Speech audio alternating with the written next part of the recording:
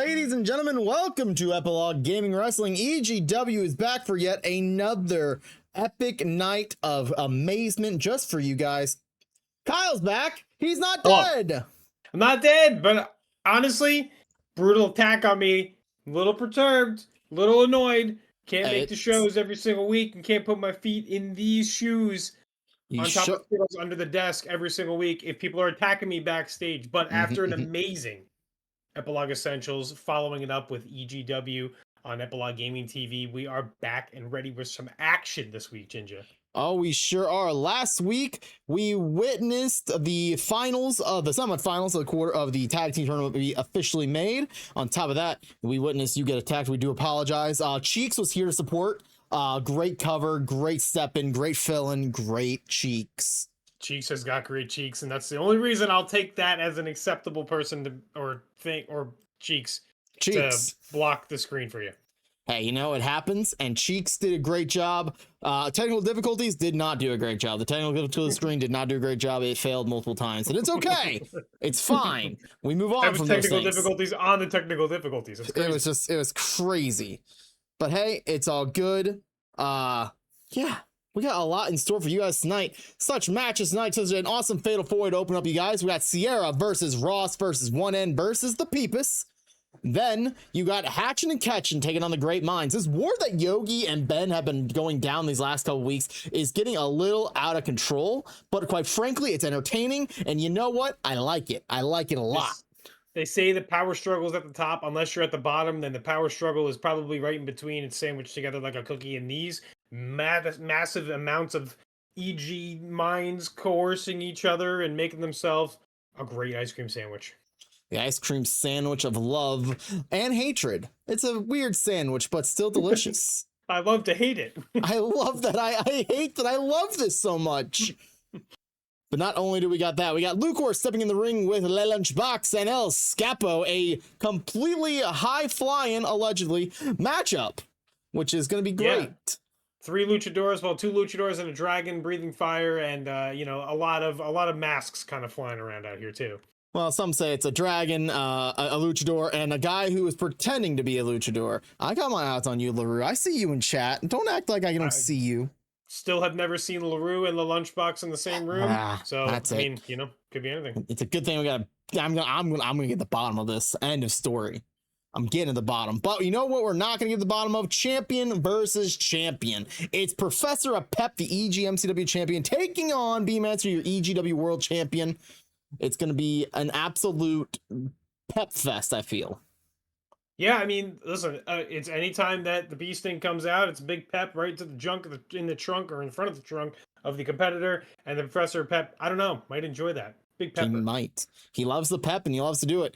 But we also got ourselves tonight a little bit of a revenge for you. Timbo stepping up to the plate, stepping to the plate to make sure that you get the revenge that you are not able to, because you're currently, unable, you're not medical cleared to go down the ring and beat the crap out of Derrick, even though I know you want to. I know medical clearance said no. He's still a little banged up. Concussion protocol has to be in place. I broke my back spinal last week, so yeah. So many things are wrong with Kyle. We're lucky we have him here tonight. That's just the main thing.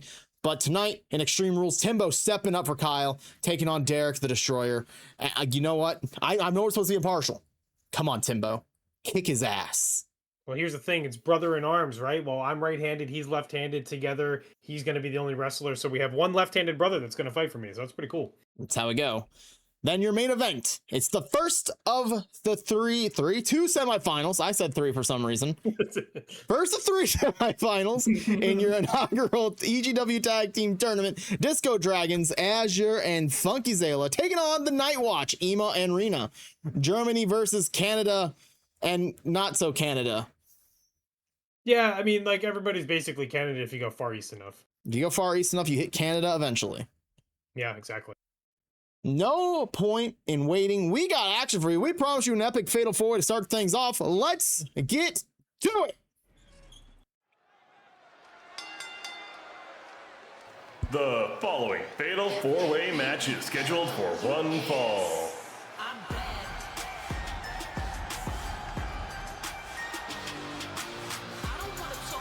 Introducing first, she is Sierra. Now, Sierra is one of those superstars that we have not had a true chance to see compete too often. But goddamn, does she look good when she comes out to this ring. Yeah, it's all about style, and it's a lot of class. Right here, Sierra coming out down to the ring, maybe making a statement in this match. But even if she doesn't, you know what? She looks the best of her. She looks the best. She's got the best style, pretty in pink, blue, and purple. And god damn it, I swear she's related to Alexa Bliss somehow. I'm just not sure where. Well, I've never seen them together in the same room, so They might be the same person. Oh my god. This is impressive developments we are learning here tonight. throw a mask on, and you're also a luchador wrestler too. I knew it. Sierra is Le Lunchbox. I knew it. No, you didn't. You thought it was LaRue, which is wrong as well. Likely story. Sierra's way flashy. Look at those colors. Those colors are very flashy. Le Lunchbox and also LaRue, both not really flashy with the colors. And her opponents. First, it is 1N. Well, there's one person I know who definitely is not Le Lunchbox, and it's this guy right here, 1N. Fast as a frickin' bullet and hits like a gosh dang truck.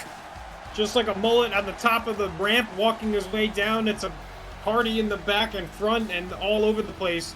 This is 1N style. He comes out not looking like he's going to do much, and then once he disrobes, man, is he all over the place. Must be like a 100-pound suit.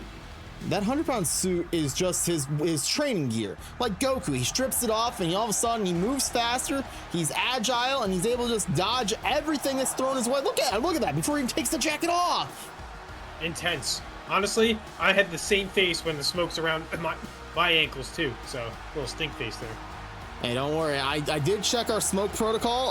I don't think, let me see here.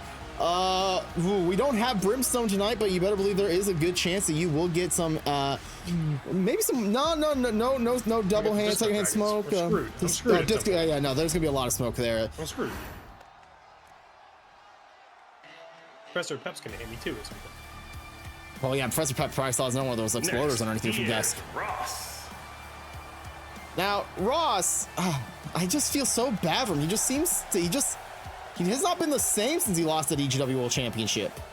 Ross looking like unlucky Baron Corbin out here, a little disheveled. I mean, geez, the guy could shave a little bit and like maybe get like his hairstyle. What happened? It's just he lost. And since he lost his hot wife, apparently doesn't talk to him anymore. They're not divorced. We've heard the hard ways, but they just been telling me they don't talk anymore. I mean, what? Anyway, when he lost, everything just kind of fell apart. It just, you gotta get that swagger back. Right now, I'm with this Hawaiian unbuttoned shirt, not really doing much. It's kind of giving me like dad takes his kid to Disney and like has to just kind of follow them around while they have all the fun, and he pushes the cart. He's pushing the cart, and you better believe he probably has a beer inside that Yeti of thermos and everything. He's not supposed to have a beer in there, but gosh knows the workers at Disney do not quite care enough to check and see if it is beer or not.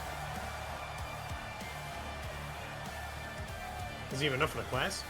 He probably does not. He is on the downward spiral. He is going downhill faster and faster and faster every day.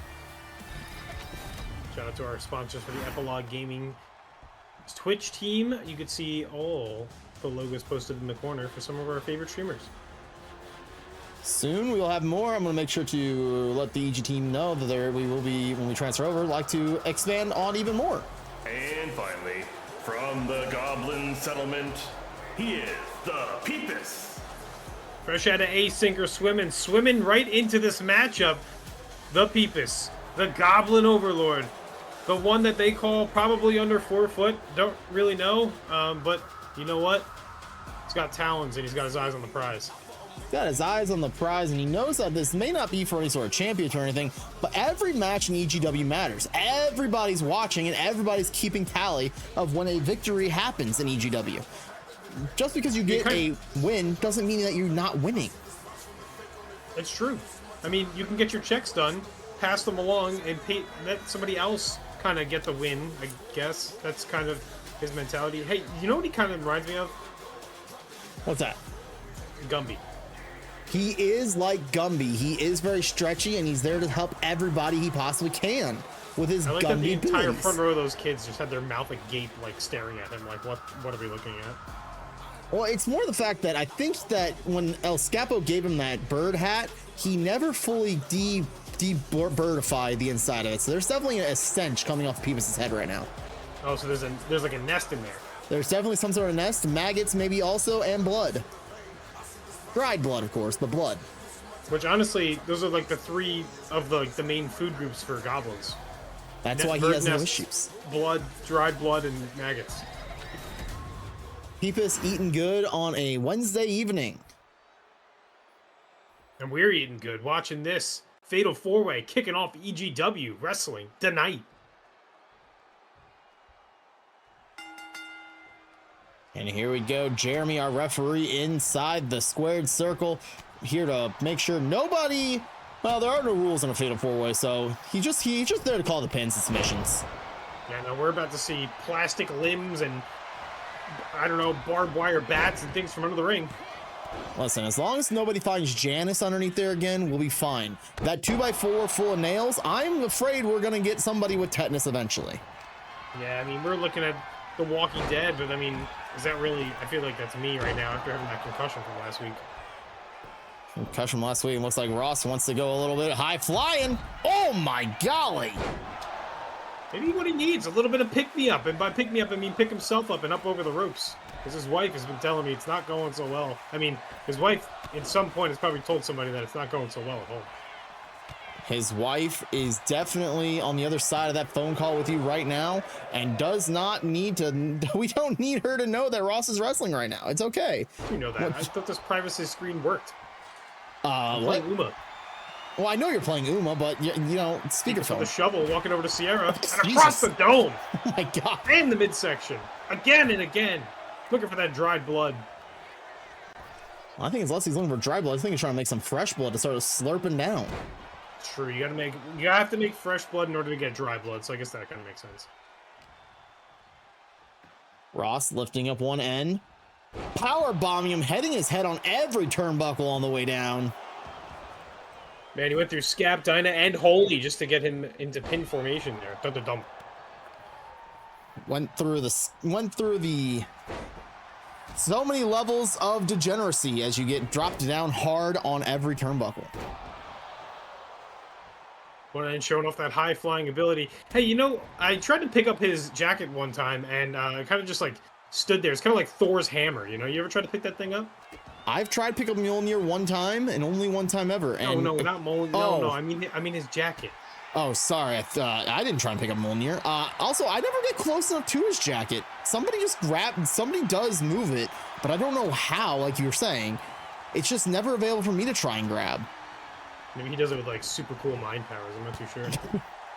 Is that a coconut? That was a basketball. Is that a basketball? That was a basketball right to Sierra's head. This is like what a bully did in high school to me, you know? Like, I got picked last when we were playing some of the games, and he just bounced like a dodgeball off my head. Listen, last I checked, he does have some sort of magic ability, because you can't move that quickly without having some sort of magic ability. So I think that jacket definitely is moved by him some way. I think Sierra probably has magic ability too. There's a lot of funky colors going on there. Funky colors, sugar, spice, and everything vile and beautiful. Yeah, true. Oh, you're not talking about Pipis. You're talking about Sierra. Okay. Oh, no, I'm not talking about Pipis. Pipis is full of everything, and I mean everything. You got the gubbins, you got the buttons, you got the bits, you got a little bit of everything for the Pipis inside of that 3-inch tall stature. He's just showing off his goblin hockey skills, which honestly is just one of those things where you ride the scooter with your butt down and you kind of move it with your feet. And you got the little tiny hockey stick. This is a much bigger one this time. One hand is just bullying people with a basketball. One hand is dribbling off the skulls and just being like, I'm a high flyer. I can dunk on y'all. He can dunk, and he just hit Sierra first, and he went to Ross and right into Pipis, and then he threw the basketball on top of Ross. This man is a menace. I was gonna ask you if you kind of understand, like, how do you think Pipis wakes up on what side of the bed? But then I realized it's like he kind of just lays on like nails and old pieces of wood.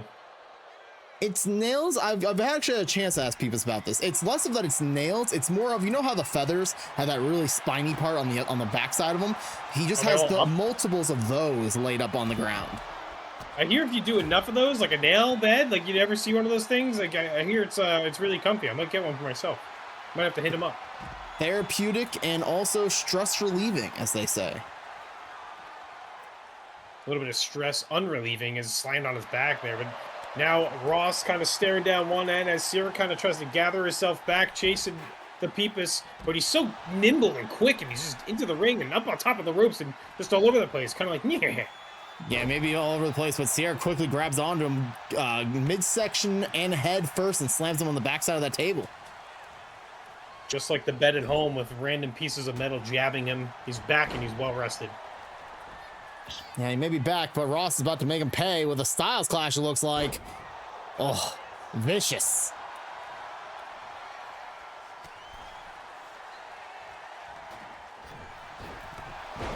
Pipis flying through the air, springboard, nicely done, taking down Sierra with a flip.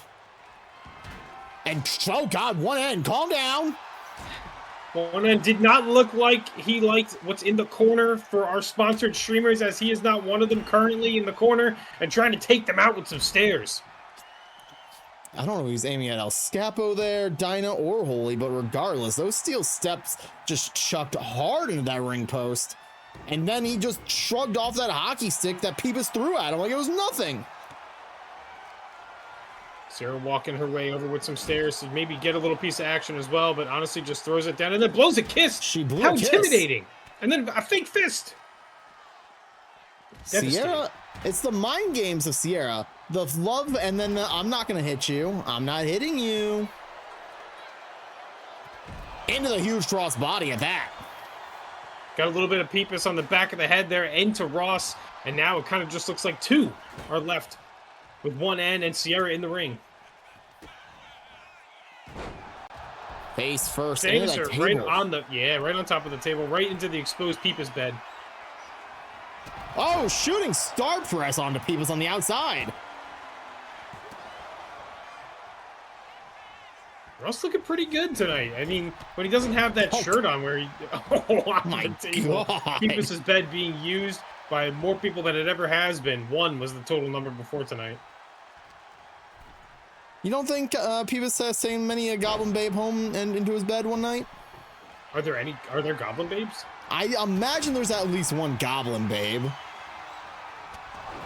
Be really weird if there wasn't, as a hidden blade hits the backside of Sierra's head. I've never seen a goblin babe and Pipis in the same room. Maybe that's a sign. Maybe Pipis is a little goblin shy then. It could be. It could also be like when you're scavenging for dry blood, maggots, and what was the other thing? Nails? Nails, baubles, and bits. And buttons. Do not forget about those buttons. Dive-ins and dives, yeah. Oh, we got Fieri now? Diners, drive-ins, and dives? We going to Flavor Town now?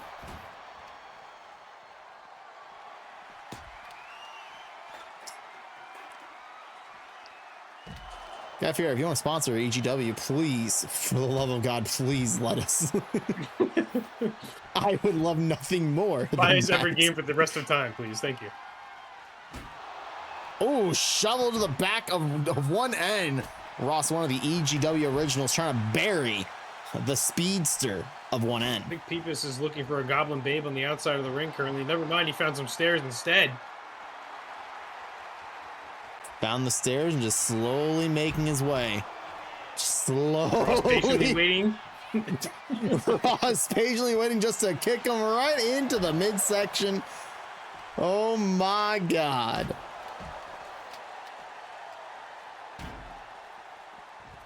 Incredible fatal four-way action. No disqualifications, as you can see all the brambles and pieces of equipment and wood and tables and bodies flying everywhere.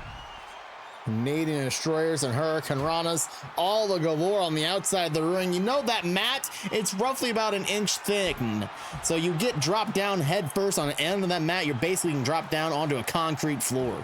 Not There's basically much another weapon out there. 100%. That concrete floor is deadly. I would know. When I woke up, I was drooling and my head was on a mat between that and the pavement after getting hit by Derrick, that jerk. Don't tell him I said that. Oh my god! Pipis just threw his bed at Sierra! Pipis knows that his bed is multifunctional, and he knew that he can use it perfectly as if it was just any old flying paper airplane.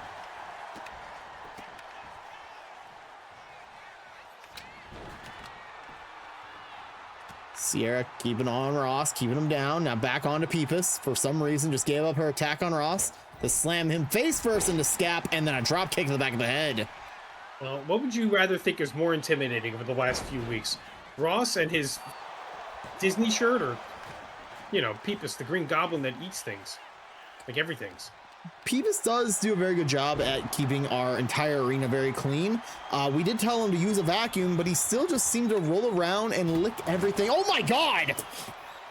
His bed has been the best weapon in this entire match, and he's putting it to good use, bouncing it off the skulls of the opponents.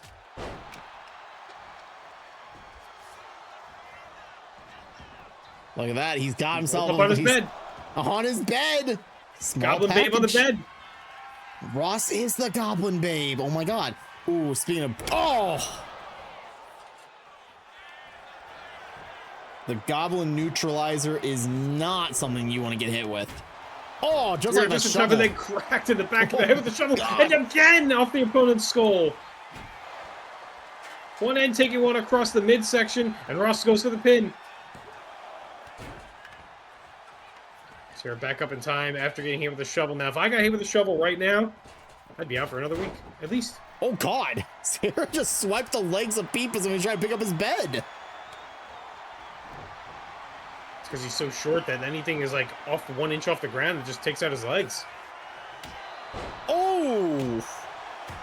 Oh my god, the referee goes down. There's that tenacity, that evil streak in Sierra. Jerry! Oh my goodness. Beauty and danger. Oh, we were supposed to give him a week off this week, but Madam Referee requested vacation. We might need to call him on vacation. You might get her back in quickly. Oh my god, taking a Jeremy! nap. Oh my gosh, one end fighting back for Jeremy. Jeremy might be dead. No, he's coming back. What a trooper. What a trooper. I don't know if he knows how to count anymore, though, is the problem. Ooh, Sierra, what on earth is this? Sierra with a unique submission hold on the Pipis. Will it be enough? But the one end comes in to break it up and clobbers Sierra. I'm looking through my notes. That's apparently called from the sails. It's crazy how she opens up their neck as if like the sails are being set. In the corner goes Pipis. Scooped up and tied to the tree of woe. Goblins hate trees. Goblins hate trees, and Joey Lawrence loves the tree. Whoa. Elves like trees, goblins hate elves. Whoa, Ross loves to break up pins. Sweep of the legs. Oh god, the shovel. Oh my god. Pipis Ultra Instinct dodging the shovel, dropping Sierra for a moment, just be dropped by one end. Oh! I don't know if you got hit with those on when you were in grade school or high school, Kyle, but back in my day, we used to call that the corn dog, and it hurt your butthole to no end. I skipped grade school, but I've been corn dogged before. It is not nice. It's brutal, and also how anal bleeding happens. Sorry, Ross, you have another problem on your list of things. Just another thing to add. I'll let his wife know. You mean someone will let his wife know, right? Yeah, me. I'm someone. Oh. What are you trying to say? Duh. Anyway, Goblin suplex, sending one end flying across the ring, and looks like he has his eyes set on to Ross now.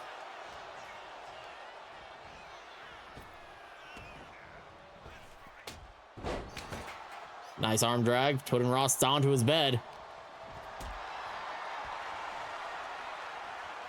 It might be nighty-night. Oh, might not be nighty-night as much as it's time for a little bit of a autoerotic asphyxiation.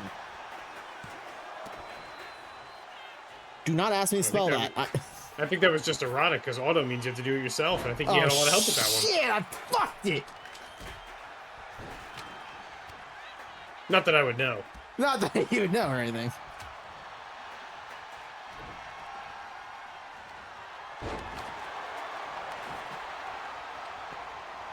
Now my pen for the notebook has been thrown across the room because of my own upsetting miscalculation of definition of words. Did you spaz? You threw it? I did throw it. I threw it hard. If I go looking for it, I'm going to hit into a bunch of Skittles, and I don't know if I can find it. Listen, there might be some Skittles stuck to the pen now.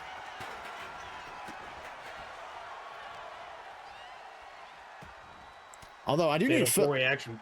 We need to fill out a form. We need a slushy machine at this desk. What flavor would we get to start? Blue raspberry. That's good, because if it was red, people would come over here thinking it was blood. That's the whole thought. The only problem is we have a couple of people who love to spit blue Kool-Aid into people's faces. And, you know, I don't think we need to share with our slushies. I don't think that... I think they're just going to waste our slushies if we let them come over here and take some of those. Wait, do they do it like it's like a fountain? Like it's like a... You know, like one of those water fountains? Like you press the button? Oh, that'd be impressive. The blue Kool-Aid out? Beemancer to Pipis right in the middle of the ring. Shoots a leg. One and just in time, fatal four-way action proving its point that at any point one of these four wrestling superstars can break up the pin and cause some mayhem. That looked like Sierra had it. Planted Pipis. He was planted hard face first and now flipping Ross inside out. Ross no selling, just like not winning his title back. Listen, he's just got to hope Beemancer loses that title sooner rather than later, or else his wife is never going to talk to him ever again. Remember, he can't compete for that title until Beemancer loses it, and gosh, I don't know when she's going to lose, if she's ever going to lose it. Oh, Goblin Neutralizer.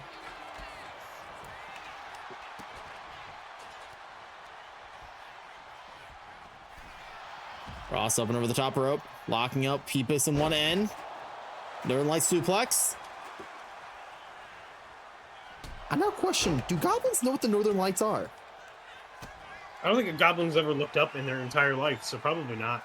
Are goblins like pigs? Oh my god. Yeah, like if it rains and they look up, they'll drown. Oh no, that's a sad realization. Why do you think there's no goblin babes? They're always looking up. They're always looking up. Oh my god. Spin looking up. There we go. Twisting around. Tornado DDT. Sierra dropped hard. What is one end doing?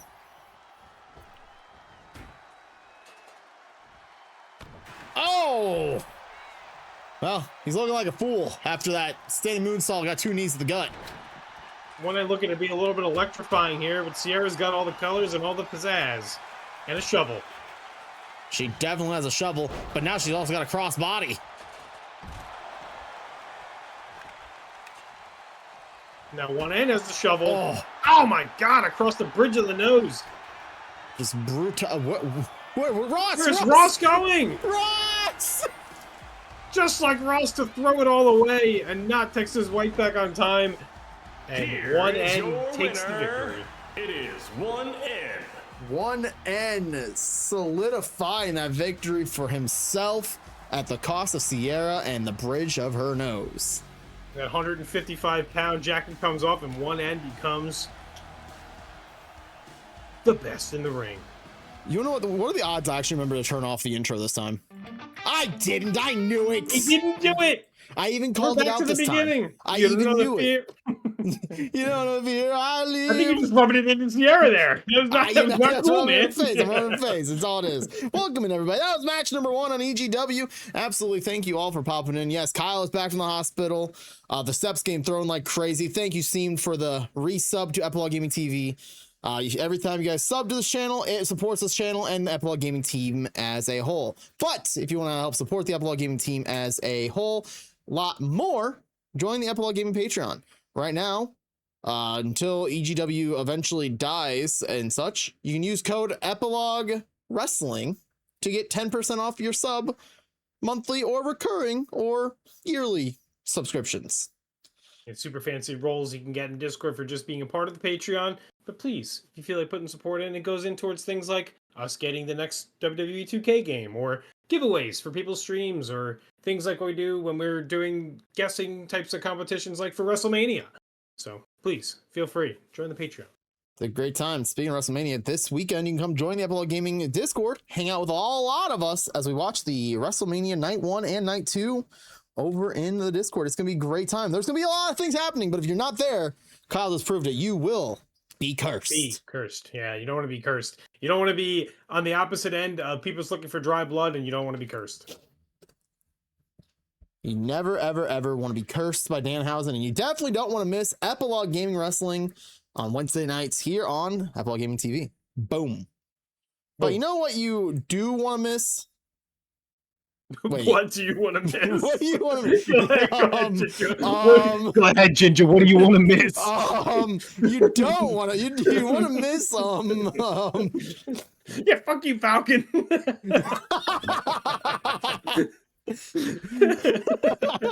That's who's up next, right? Oh my god, yeah, he is up next. It is Falcon and Yogi, Hatchin and Catchin. Unbelievable. Hatchin and Catchin, Yogi finally back on the grind of being a streamer, and you're telling people to miss it. It's crazy. You're gonna want to miss typing !join over in Falcon stream right now until you can watch Falcon wrestle right here, right now in tag team action. Saved it. Eventually. I came around after I fucked it. The following tag team match is scheduled for one fall. Introducing first, !join to join raids in chat right now. It's Hatchin and Catchin, Falcon, and Yogi. God, could you imagine if we actually timed that up perfectly in Falcon stream? I'm checking right now as we speak.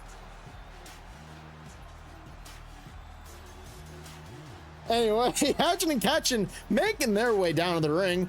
Not really successful in the tag team tournament, but they want to get back on the winning track. Yeah, I mean, they work so well together. I mean, they have literally 50% of each other's incomes tied together, which also goes hand in hand with their hands tied together, because they like to hold hands, because they're good friends. They're good friends. They're great friends. They got all the looks. They got all the hair. Falcon on the top of his head, Yogi on his chin. These guys together make one incredibly amazing individual. Separately, they make two incredibly individuals. They can't win tag team matchups here in EGW, but they are great friends. Play Plump joining in with a raid. Absolutely amazing individuals. Welcome on in, gamers. You're just in time to watch Yogi and Falcon beat the living daylights. And their opponents. They are Tendo Boy and Bend. They are the Great Minds. Out of these two, or get their heads beaten in. Play Plump, thank you so much for the raid. We appreciate you guys so much. Monkey Alix Raiders, welcome in. But regardless, the Great Minds, you know, the original tag team of EGW. It's still sad. White pants now. It's pretty fancy for him. I mean, you know, one wrong slip and you're just, you know, you got there's a stain on there. Listen, pristine like his teeth. Ben is a man of much integrity. He has no reason to not wear white pants in this match, even though the thought of dripping blood all over them has been throughout his entire brain. He's got a PhD, so he thinks about a lot of stuff. He's not worried, though. Those pants could easily get soiled by the end of the night. And hopefully, Thrills coming in this matchup, though. You got just things are flying off the edges of Falcon and Ben, and then Tendo Boy and the Bear on the other side here. Full on powerbomb. Thank you, Madam Referee, for ending your vacation early and making it in for the next match. You will be compensated eventually. Not by me. I don't pay anybody. Listen, I just use Sin's credit card to pay our employees. It's okay. Oh, you still use that too? Me too. Oh, of course. Someone's got to pay for the I don't boat. pay people with it. I just I go to Wendy's. Yo, spicy nugs? Yeah, like I actually order one of everything every time I go there. Yo, one of everything is a dangerous game, sir, and you better believe that I am in on it.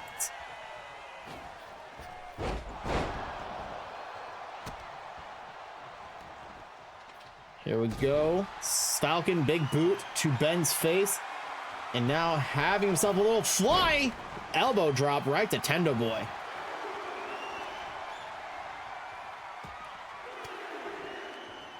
Now, some people may see this match and be like, Jinja, Kyle, what is happening? Why on earth are they both in the ring at the same time? And why on earth are they using weapons? And why on earth are they counting outs? Well, this is an MCW tag team style of match. We wanted the war to feel much more extreme here tonight. You don't have to make tags in and out, and you better believe that you can use every weapon under the sun to inflict as much pain as you want to your EU and or NA friendo, family member, and opponent. From West Canada to East Canada and all the way around, too. It's just one of those things where you get dropped on your head by Ben and then get punched in the spine by Falcon. Sounds like a good Wednesday night. It's an amazing one tonight. You get to see Ben, Falcon, Yogi, and Tendo Boy at the same time. Although now my suspicions hit. I have not seen Tendo Boy and Le Lunchbox in the same room at the same time. I honestly haven't seen anybody in the same room at the same time. I've also never seen Shorely and Le Lunchbox in the same room at the same time. They're definitely the same stature, a lot of the same veins. Well, same vein count, just not in the same place. They have a lot. They definitely have the same vein count. That is for sure. Mass might be a little off, but you know, SpongeBob taught me anything. You can buy muscles and inflate them to however big of size you want. Yeah, you're not a wimp, you're a jerk.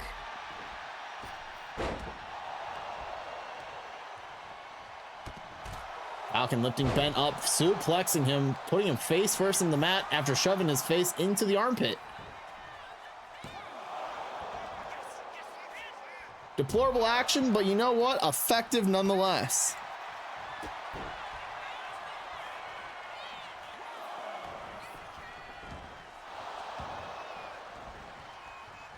Falcon and Ben tying up back in the ring as the Bear and Tendo Boy are back as well. Going at each other, and the great minds are taking the advantage.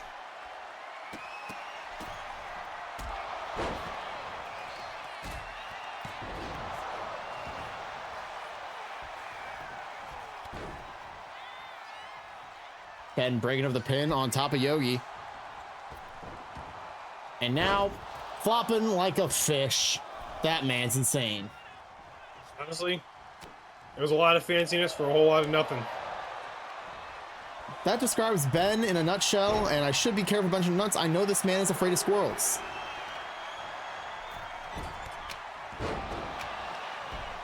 It's an irrational fear of squirrels. Not cows, he likes cows. He loves cows. But He'd who go doesn't full love udder for a cow? Who doesn't love cows? Cows are just adorable. Probably someone who worships Satan. So Hellion, got it. There's the Balatro shuffle. Putting Yogi down hard center of the ring on top of that G of Epilogue Gaming. Yogi not a fan of poker, not a fan of being dropped on his face either. The Falcon there to make the save. Yogi went for it, missed Tendo Boy by mere inches as Tendo Boy slides that table, almost fell to the ladder, into the ring. Yogi can't miss many of those. He'll be out of commission for a couple weeks if that happens. Well, he's going to make sure that Ben's allowed out of commission too. That's Ben's left hand. Wait, yes, that's the left one. Oh! Just trying to rip it off. No disqualifications, but countouts are active here. Falcon goes for the pin. Again, it's about maintaining the sense of urgency in tag team matches. You know, before it's like, oh, I don't want to break up the pin. I don't want to get in the ring and have the referee mad that I went in the ring again. And then it's like, okay, well, she's not great at counting. She's been hit a couple of times back in MCW last week. I kid you not, I feel a little bad that we made her come back from vacation early because Jeremy definitely is going to be getting checked out in the infirmary right now. But regardless, she counts sometimes. All of our supplemental characters are the ones that are in the infirmary. We got referees, we got me. Just the most important people. Remember, we do know that everyone in EGW loves the number 1 because that's the number that gets said so many times in EGW. It's kind of concerning how many times it gets said.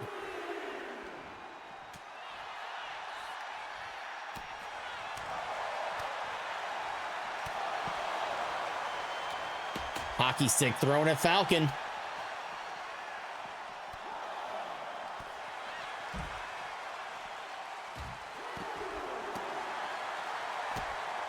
Ben stomping in on Falcon's ankles. Yogi dropping Tendo Boy. Now they're going back at each other. The EU. Okay. I was gonna say EU Essential versus NA Essential. They just hate each other. Yeah, momentum being shifting all over the place here and kind of like getting it back for the great minds, and then Hatchin and Catchin gets it back, and it's just a bunch of counting going on from the referee. And just like that, right back to the number 1. Salida del Sol from Ben. And the bear bomb.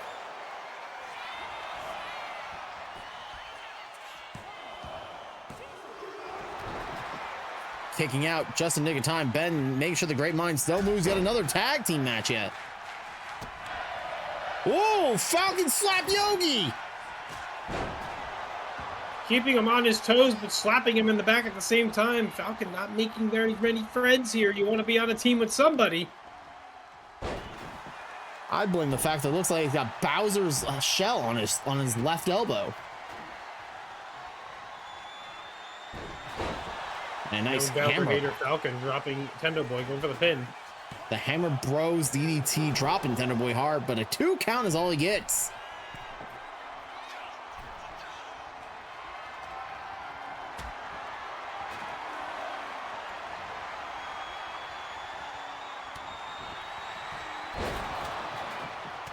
I'm right onto the table. Ben flat on his back. Tendo Boy going after Falcon, but the pin is intact. Oh, the Nintendo Direct. Oh, crap.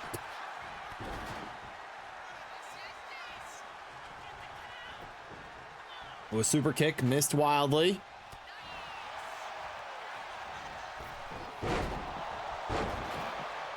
Again, Ben with all this flair, he just keeps spinning and doing these twists and turns. It's just starting to get a little out of control. Gathering references for another PhD. This guy's just throwing his legs out there. Hey, listen, sometimes to get ahead, you gotta throw your legs around. I know what it means. I know what he's up to. You know what? I appreciate it. Have you ever thrown your legs around? No, I have a fear of falling. If I throw my legs around, I will definitely fall, and that would be really upsetting to a lot of people. Why do we have so many tables under the ring? Listen, we've established this last week. We may or may not have robbed a local middle school. They are not getting those tables back, and it is 100% my fault. Where do you pin somebody? You know, it's just wood everywhere. People says beds everywhere. Listen, I support the Goblin Settlement. We made sure that everyone in that Goblin Settlement is well bedded. Well, everybody in the Goblin Settlement doesn't have their beds anymore because, oh my God! The camera angle! Get out of here! Who put us in the cheap seats? Get me out of here! Imagine getting that seat at a show? Trash! Oh, I would hate it. That'd be like maybe like you gotta give me $20 to even go to that show. Falcon soaring right over the top of Ben, even though he's just standing there at 8 foot tall. He's really tall and handsome. He's incredibly handsome. This is a true statement as he now slaps his chest at Falcon.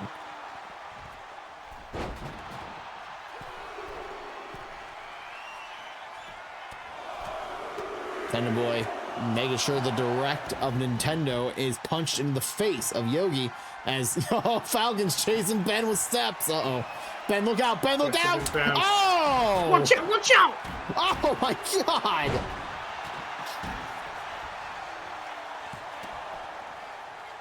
Falcon ready to save his friend after punching him earlier. Oh, and that time hitting him in the kneecap. For a bird, he sure likes to fly right into the ground.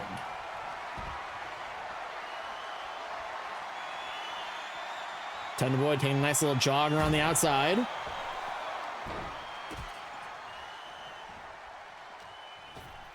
Ben, however, nice leg drop. Yeah, beating up Yogi like he's always wanted to. Listen, Both. Ben has... Up to the top! Oh my god. Well, you know, it looked cool. Ben does hit the splash, but Falcon's ready to go for there, but then gets planted right on top of the table. Forehead first.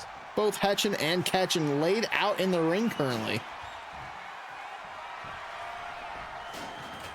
Things not looking good for Falcon here. Spreading his wings, but breaks it up is Yogi, who's kind of stumbling around as Ben just throws his body again at Falcon like usual. And then another Nintendo Direct on top of Pipis' bed. Shoots the cover.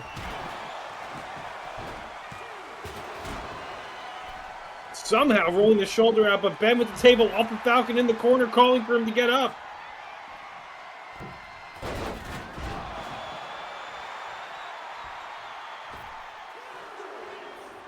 A little bit of a hello, folks, there from Ben. Up and over the top. Oh! Tendo over the top, too. Literally over the top. Ben and Falcon showing their age, slamming into each other, not realizing what's happening. And down on his back, and Ben calling for him to get up. Maybe looking for the PhD here. Oh, no PhD, just a slam down. Now Falcon turning the tables, calling for Ben to get up. Oh, huge close on knocking Falcon back down. These two know how to read each other's body movements like nothing. Oh, and a PhD!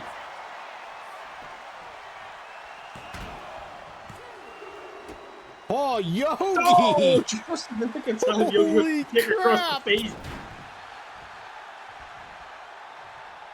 Really giving those people their money worth tonight, even people that have seats behind the barriers of the walls and stuff. What exactly just happened to Ben? What happened to Ben there? He's sleeping. Tornado Nice DDT. springboard DDT. Oof. Falcon maybe wanting a table, but realizing the elementary school ran out. Never mind, he's back into the ring. Falcon does not know where he wants to go, but Yogi wants to plant Ben hard. Oh, Steps off wait. the back of Tendo No! Boy. Oh, the referee's down. Ah, Tendo Boy flattened with steps. Never mind. Not down for long. Super kick. Yogi steps off the skull. Oh my god. Eat that. Yogi with a Boston Crab. Double leg Boston Crab, that Eastern Canadian Boston Crab. Oh, a Nintendo Direct onto the Varlden V. Shoots the cover. Falcon's down. Oh my god, this is the slowest count in the world. And good enough for the OG tag team of EGW to pick up the win. Here are your winners. They are Tendo Boy and Ben. They are the Great Minds. Oh god, they're both bleeding. Those white pants are gonna get ruined. Pen, please go to the back and take them off immediately. White pants and soiling them, and Ben, all three go hand in hand. All hand in hand. What the? Help! There we go. Fix. Nope, I didn't fix. Hang on. Fixing. Help! Fixing. Help! Fixing. There it is. I'm back. Sometimes I forget to do things. Don't attack me again, Derrick, please. Please no attacking Derrick. Well, regardless of Derrick may or may not be attacking, we do need to go ahead and take an ad break here. So while we get hit with the ads, we make sure that you guys know that we here at the Epilogue Gaming Wrestling Desk love our Epilogue Gaming teammates so much that we make sure that we had an ad specially designed for even the subscribers. Nobody gets away from ads on this channel, dang it. But the ads that you guys subscribers get to see are good ads because they represent all of Epilogue Gaming and who on earth they are. But when we return, we'll have more action, such as, if I check my list and my notepad and oh, it looks like we're going to get... Lunchbox and Skappo coming up. And you have the EGMCW champion, the Professor of Pep, and the EGW champion, Beemancer in action. Timbo versus Derrick for revenge of Kyle, left-handed. And the Disco Dragons take on the Nightwatch in our main event. All of that and more when we return sit back and relax, and we will be right back. G'day gamers, I'm Cacti Guy, formerly known as Cactuar Guy. I'm an Aussie streamer in the EG stream team. I believe I'm the only Australian. My streaming roots started in Kaizo, the Pokemon world. We still dabble in that, but these days we're more of a variety streamer. You'll often find me playing through my backlog of games, or hunting trophies on the PSN network. And quite often we play the EG Essentials and Game Club games. I like to think my channel is very down to earth and chill. It's a very inclusive space for everyone to hang out and nerd out. So stop on by and say g'day. Look at his face. Ah, I love it. Ah. What is it that the kids do? Oh yeah, coconut. With the lime and the coconut, drink a bowl up.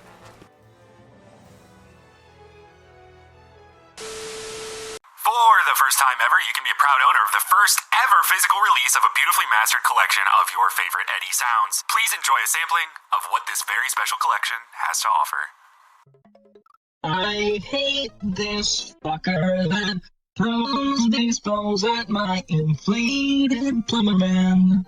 Just let him inflate in peace. Don't throw baseballs at him. He is very fragile. I didn't know that you were gonna be coming from that direction. I hate the jump in this game. The jump in this game is kind of dog shit. I hate this level.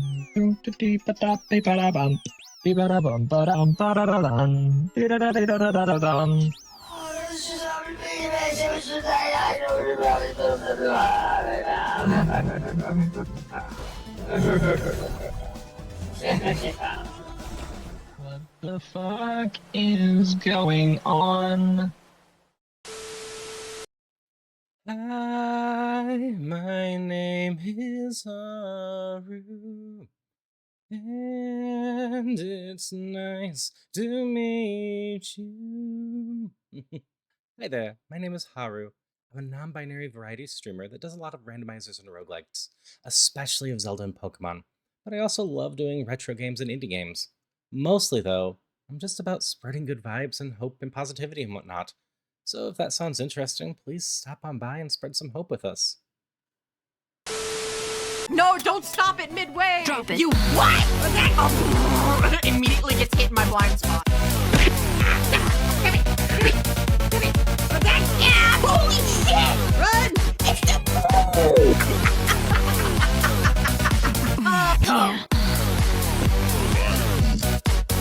Whoa, wait!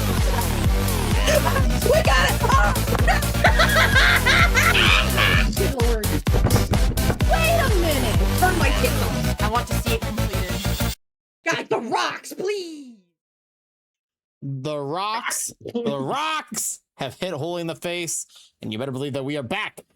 I hope you guys are ready for more EGW action. Up next, triple threat action. It is Lukor versus El Skappo versus Le Lunchbox. It's now confirmed. All the luchadors that we could possibly combine into one matchup, mishmashed. Nobody is any other character besides their own character in this matchup, despite what conspiracy theories might be going around EGW. Listen, we at least know El Skappo and Lukor is not Le Lunchbox. That's about the extent of all the answers I currently have in this box. But you know what box I do not have? It's the Lunchbox. Le Lunchbox of that. The veiny lunchbox. The veiny Lunchbox. Let's do it. Pop!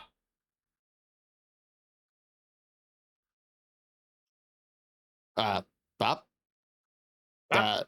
Bop! I fixed it. The following triple threat match is scheduled for one fall. Introducing first, he is Lukor the Dragon. Don't be deceived by those tiny little wings on his back. Oh, Kyle, I'm so sorry. Oh, I forgot to warn him to put on his gas mask. There is a lot of smoke all over the place right now.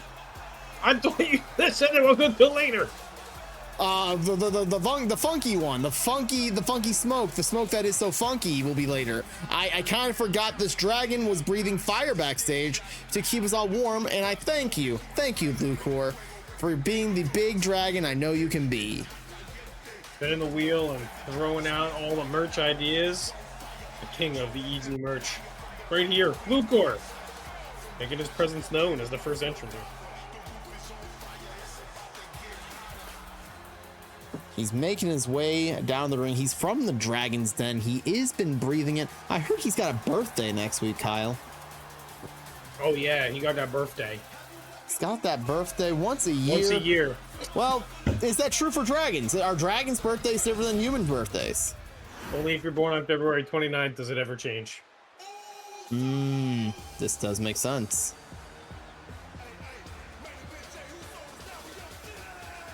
And his opponents. First, from Le Golf de Canada, he is Le Lunchbox.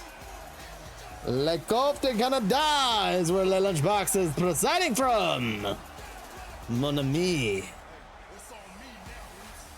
The Lunchbox coming down to the ring, his own person here, luchador-esque, veiny as all hell, Canadian drab, and just ready to rock and roll here. Most people don't know this, but Le Lunchbox will be featured over on MCW's Mango Palooza. For him and Sin will be going toe-to-toe in an ambulance match. At EGW, we was reached out by the MCW officials, and they said, hey, we want a match, and we want something good. You guys got anything for us? And we provided them with one of the hottest names in professional wrestling at this time, Le Lunchbox. The red, white, and Canadian in every facet, where you have Sid, you have LaRue, and you have an ambulance. Perfect combinations. There is more than enough red to go around. I'm hoping that they bust each other wide open. I mean, no, don't do that. That'd be a bad idea. Do it, do it, do it. They are both very apt at busting each other, and I'm sure they're willing to do it in the middle of the ring. Both of them are good at busting, period, as we know that they do like to do the gooning.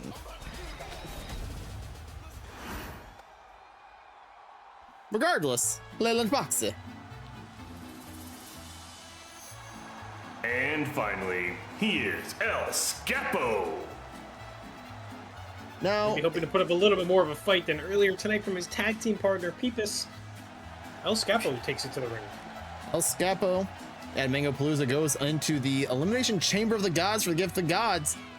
We are told that he is focused and ready, but also he is very much, well, the hat says it all, I think. I think he's got a little too much hat right now. You know what they say about Skappo? Everything goes directly to his head, and his hat is right there adorned on top of it. I think he's got, I'm looking closely. I think that is a different hat than Pipis had on, but I cannot confirm at this current moment in time. Well, he's got a way bigger head than Pipis, so this is definitely a different hat. The other one would just like fall over Pipis and encase his whole body. It'd just be a second home. True. He does need a home after all the beds have been stolen from his God, settlement. he's lost a lot of settlement beds tonight. Here we go, Madam Referee, our official for this match, as Skappo goes for the super kick quick. Just be met with his own from Lukor. My God, the kicks are flying!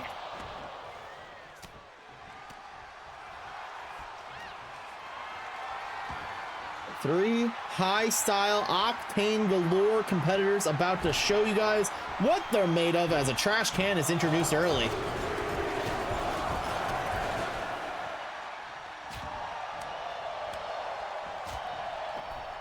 Lukor works hard with one end in tag team action. Gonna try and do his best to equal that of what one end did earlier tonight in that fatal four-way match. Classically trained in luchador wrestling, all three of these competitors, the only way I'd be able to tell that is from their kicks. Like you said, kicks flying, and a lot of pressure being put on right now by La Lunchbox out of the Golf de Canada. A lot of pressure, but goddamn, he just flipped that trash can with his foot. They say that he can do a real good job with his feet, and he's putting them to work today. From the work, and has hit another super kick to the midsection of Lukor, and a nice scoop slam to follow.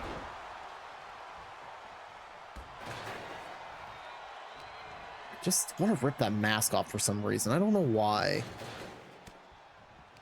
El Skappo kind of just peering from the outside, gathering data, making the intel and the proper decisions after watching the opponents take it to them.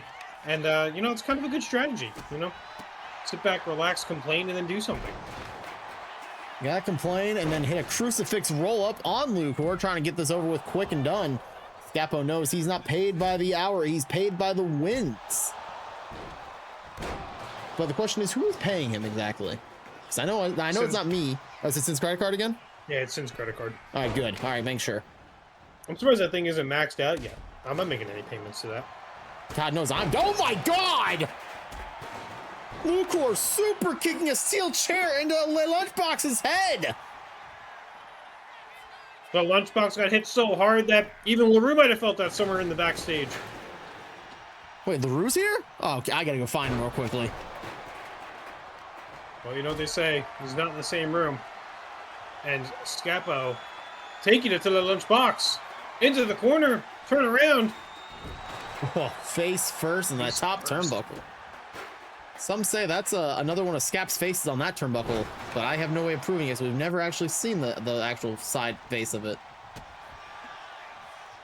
Lukor telling Skappo to grab a seat and sit on the floor. What on earth is happening? Who is messing with our broadcast? Oh, you know. Canada. I knew it. Everybody in Canada. All Canadians are upset that I'm trying to reveal their hero. Their superhero Lunchbox. You can't do that. You're not allowed to take off a luchador's mask. It's like asynchronous. It's asynchronous, and Streaming Falcon has raided into us. Thank you, Falcon, so much for the raid. We appreciate you so much.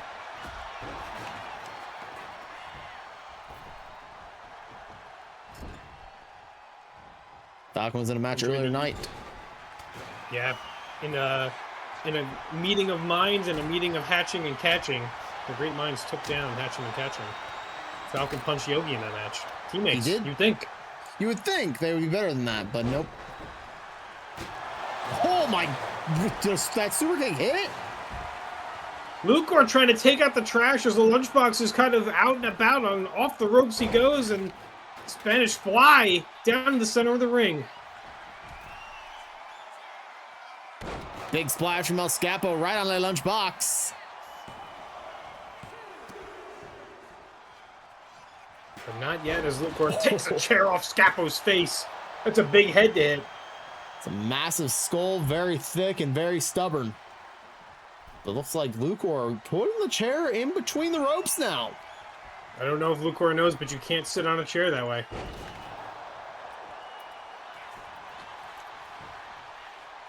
Kill El Skappo. Wait.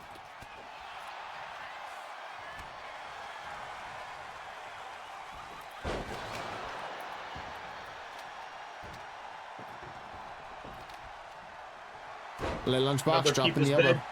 Oh my God, the Pipis beds. Pipis, how many beds do we have under there for you?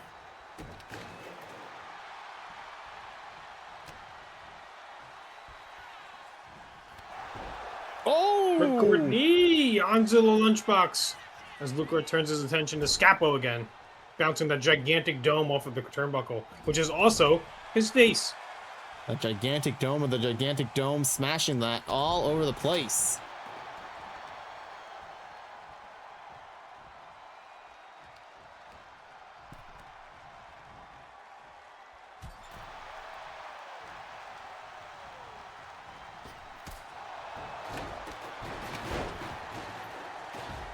Chaos as the Lunchbox flattens the trash can, which could also be mistaken for Canada.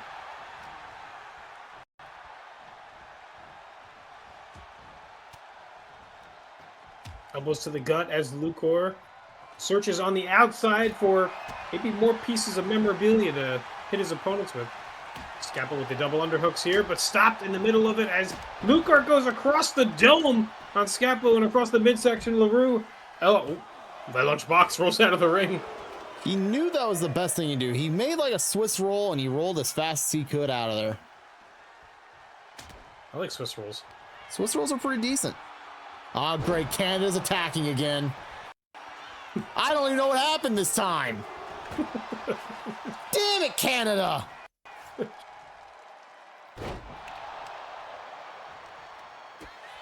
You know, if Canada's gonna attack, then can they just do like something like what like the Wyatt family would do and do like the weird and have the lights go out? Something cool? No, just cause our freaking program to freeze. You know what? I think it's the Goblin Settlement attacking back. We did steal a lot of their beds, apparently. But you know what? We're oh god. El Skappo, please. There are steps right. Steps. Just missing the steps.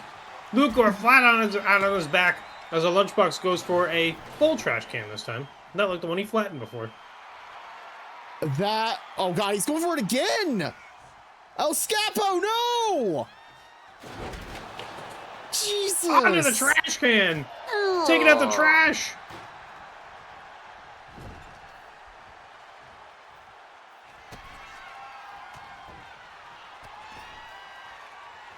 Oh, the steel chair Lukor put in the corner earlier, now about to be used on El Skappo.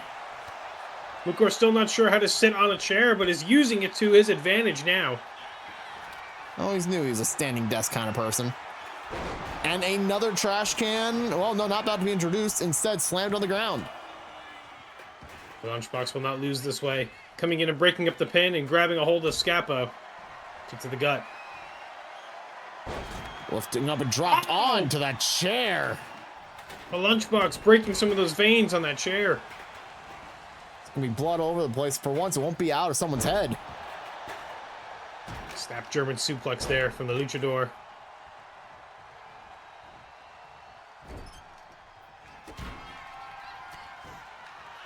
And quickly, the Lunchbox. Oh, getting attacked by a hockey stick. I can't believe this. He's using Canada against itself. You know, I bet a dragon would do really good in a hockey match. Why do you say that? I mean, just think about it. You don't have to worry about the Zamboni coming out to like polish up the ice. Just breathe some fire on it and smooth it out. What big in water? You can't skate on the water. Yeah, but then the people who have ice skates on are screwed as Lukor hits the dragon's path. Skappo just in the nick of time, breaking up the pin, giving a shot to the gut of Lukor, but Lukor was not phased. Coming back at him. Oh, and the dragon tail now.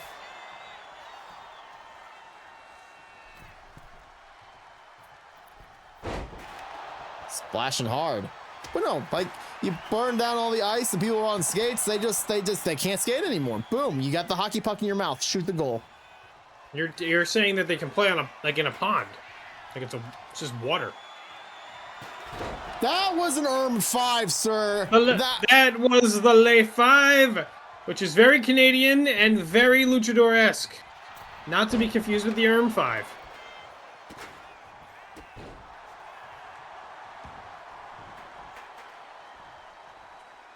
I don't know. I'm just kind of trusting issues right now. Some may even call it the Wii 5. The Wii 5 as El Skappo picks up those steps and slams them on the ground. It's gotta be daunting being someone who takes care of the ring side for us. Like, you know, hopefully they get paid enough. Because all they ever have to do is put the steps back in order. Hey, I just signed those 3 little numbers in the back of Sin's credit card on everybody's paycheck. It's fine. Yeah, what are those numbers again, by the way?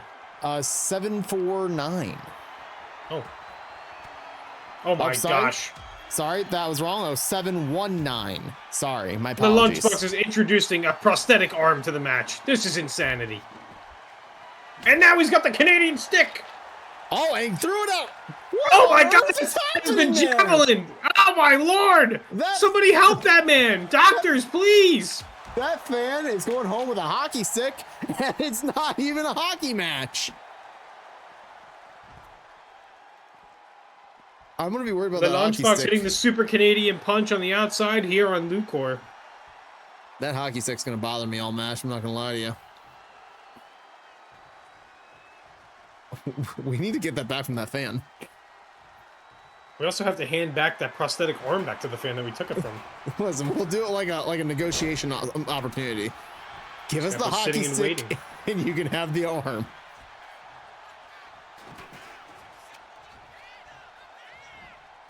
Nice. Oh my God. Suplex on top of that table.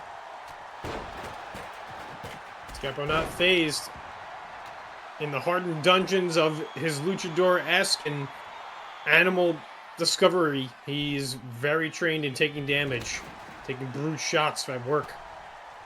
Listen, he has a bazooka at work. We know this already, as he puts a Lunchbox down with a Falcon's arrow.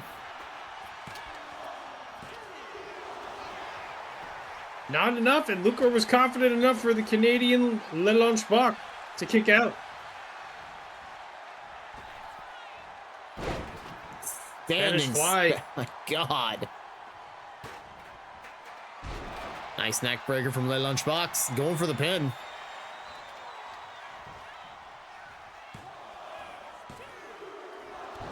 Woo, kicking out just at the last moment. These are very close pinfalls. Our superstars are getting lucky that they're not 3 counts because they're not there in time to break up the pins.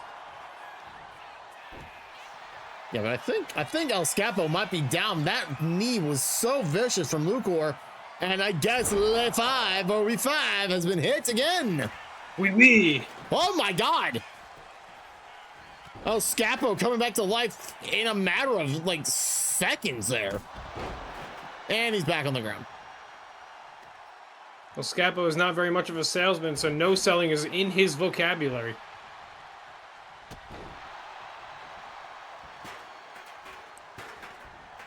Le Lunchbox doesn't know if he wants in or out. Back, he's opening up that front door, and someone's yelling at him that he needs to stop because we're not paying to air condition the entire arena. It's true, we're not. Like, we turned off the air conditioning a while ago. Yeah, that's why like the smoke is still stagnant and sticky in the air. Listen, we only need air conditioning in our commentators booth, and that's all that matters. It's true. It's why I'm not wearing any pants, because it's a lot easier to circulate here with the air conditioning under the table. And the Skittles never melt.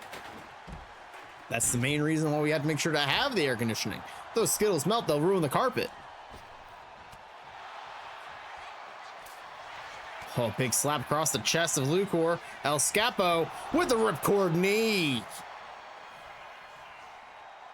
The Lunchbox is stuck on the outside, going for the steps right now. It's just 2 alone in the ring. He's changed his mind. He's left the stairs at the ice bar.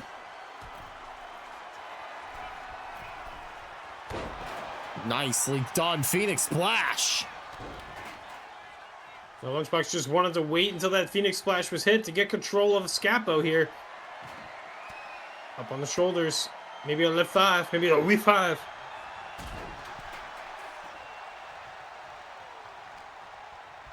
He tried for it, but El Skappo too ready for it. He gets hit with another standing Spanish fly.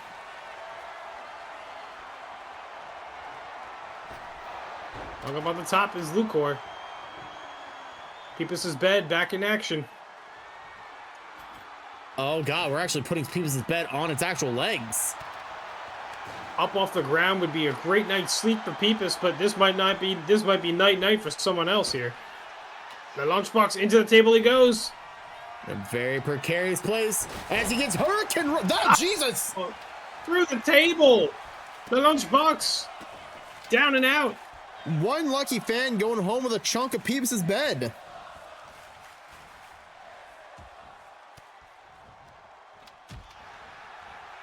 Be careful, we do not get yourself cut on that chunk of Pipis' bed.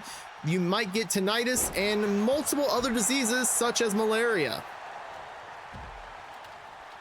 Yeah, the well-known goblin-transmitted diseases, the GTDs. Gotta be careful with those.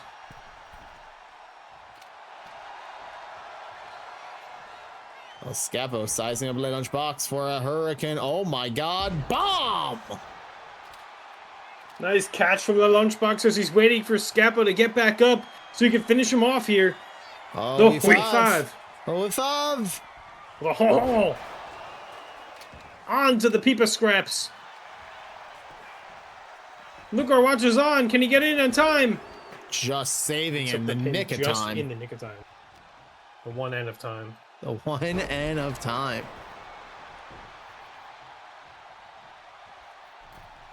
Lukor jumping out of the ring. The lunchbox. Stalking, grabbing, getting kicked in the midsection.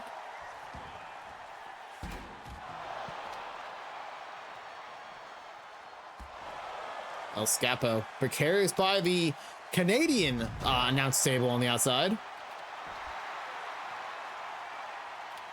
I think it's them that's been messing with our feed this entire time.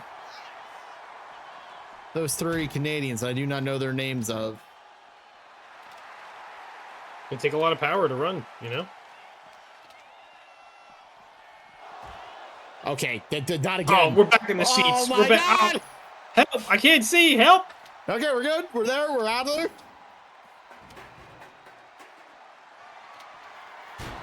Oh, flip!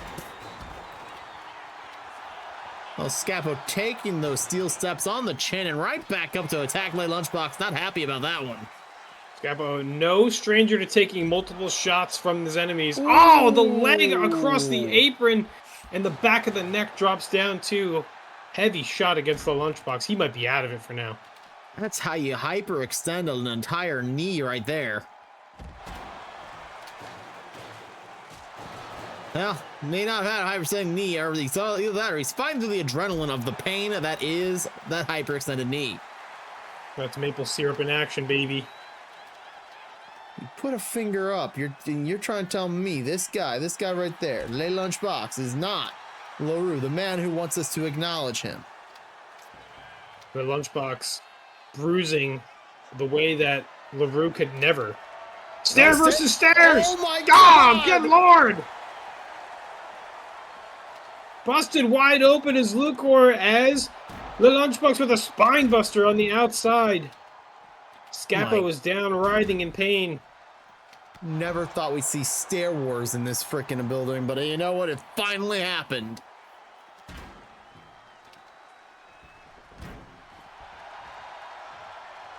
The lunchbox bringing Lukor back in the middle of the ring.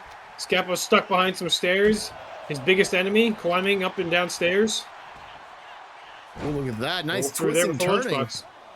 My God, look at the welts on Le Lunchbox's back. DDT on the scraps of Pipis' bed. The remnants of his tag team partner's home. Disrespectful. No, it's all Lukor's fault. He did in fact break that bed.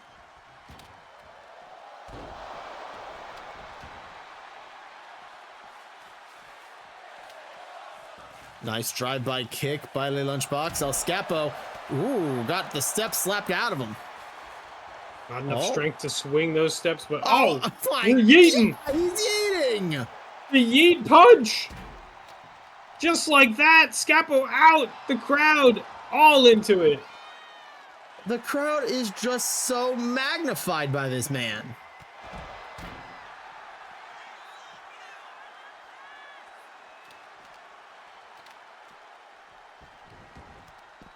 Poison Rana! Lunchbox might be down and out now as Lukor clambers to his feet inside the ring. The only one there. That's the only place that anybody can get the victory.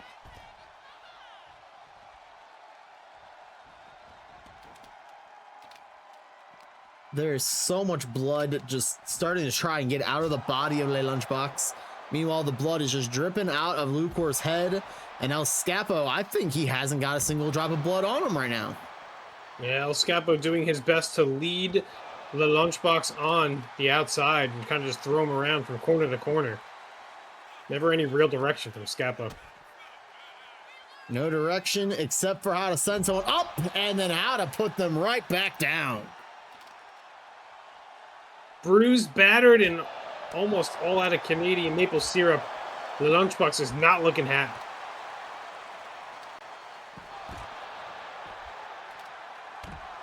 Hello.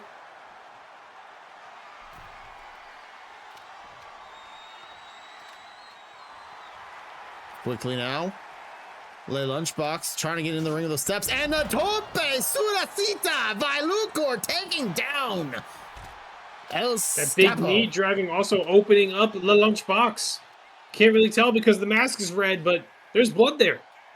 The mask is now stained at 2 different shades of red. Soon 48 more, and we got 50 shades of red. Add a little bit of gray in there, and you've got the smashed trash cans. It's true. Just like that, the dragon's tail has hit onto the Lunchbox as El Skappo being taken off ringside by Lukor.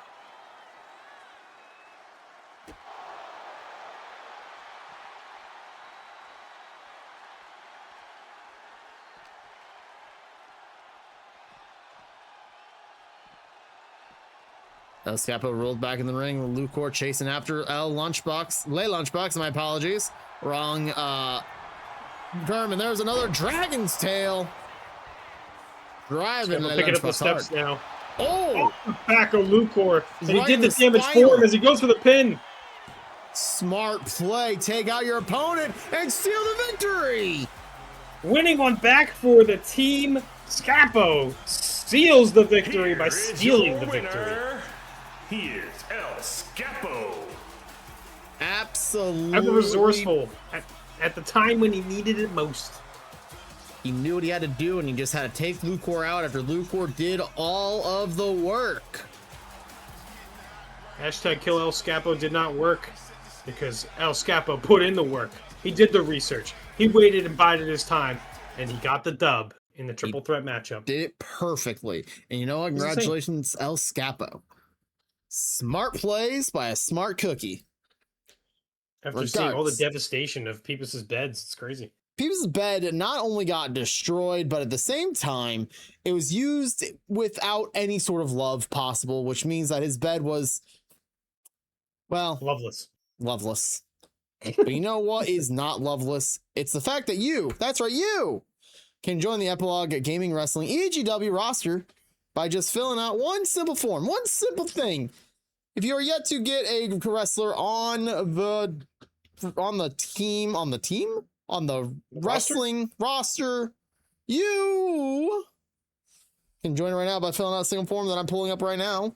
Eventually, as soon as I find my last time I messaged Sin, God knows when that was. It was a while ago. I don't message that guy that often, except for tell him, hey, Bozo, when are we watching wrestling? And I haven't had to do that recently because I have not watched wrestling recently. There's his face. Scrolling.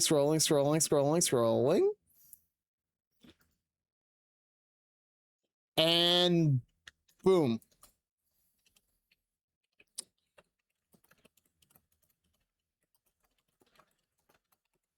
Boom. Nailed it. Perfectly, by the way. But yes, we shall continue on. If you want to join EGW, we are currently in the process of switching over to WWE 2K26. And while that happens, I'll be looking through those forms to make sure anything that was missed will be fixed and rectified in the future roster of EGW. Yeah, so get your superstars in, a little bit of a fill out form, and Jinja will adapt it to the best of his ability. As you can see from all of the EGW superstars so far, and those that come over from MCW as well, a lot of time, a lot of effort, and a lot of care, and it makes it feel like you're in the game. So, give a shot if you want, fill out the form. Like you said, you'll look through when we go into WWE 2K26. Yep, very shortly. Which we are working on it. It's a slow process, but you can't rush perfection. Exactly. Sometimes perfection is rushed and you just get weird things and it just kind of shaped oddly, and then you're just like, man, why does it look like that? And then all of a sudden you got Dolph Ziggler. Or in this case, you have the Professor of Pep, who is the EGMCW champion, taking on our EGW champion, Beemancer, in next action. And at any point, either could Pep. Could be the Professor of Pep doing some kind of Pep action. Could be Beemancer bee stinging and hitting him in the dick and pepping. Could happen. How much pep are you willing to pep? There isn't too much peppered. Yeah, that Exactly. much, I think. That's a good amount. It's a very good amount of pep and a lot of pepper, but you know what? Let's see if these peps can pep, or will they just be kecking too hard right now? Ooh.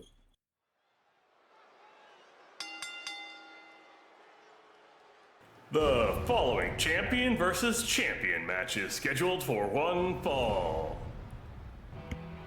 Introducing first, he is the EGMCW champion. He is the Professor of Pep. It's Professor Jolty. The EGMCW champion. He's pepped a real hard time lately, and look at that. He's even got his opponents. What the hell did he get this? Listen, ever since he, ended up losing in the tag team tournament, he just kind of oh my God. Oh, good Lord. He's become a little more evil. He's more keck than Pep currently. Every week this man shows up and something new for him. Some new pep every time I see him. He is astonished and amazing, and you can catch him on EMCW Mango Palooza defending that EGMCW championship against Sean Norris. What should be a classic among classics. Pep versus Norris. I was going somewhere, but I lost it somehow. I'll find it eventually. I'll find it next to the Skittles. Ugh. I know, it's probably a dangerous place to find those at. Wait, do you have any extra down there? There's plenty of Skittles and a couple of M&Ms I found out.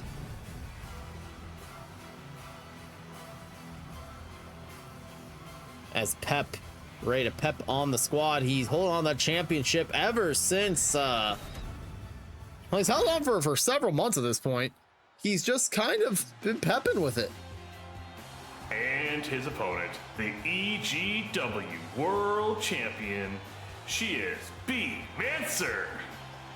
Beemancer cashed in that shot caller championship contract to earn the opportunity to make that fatal triple threat match a thing and take home that EGW World Championship.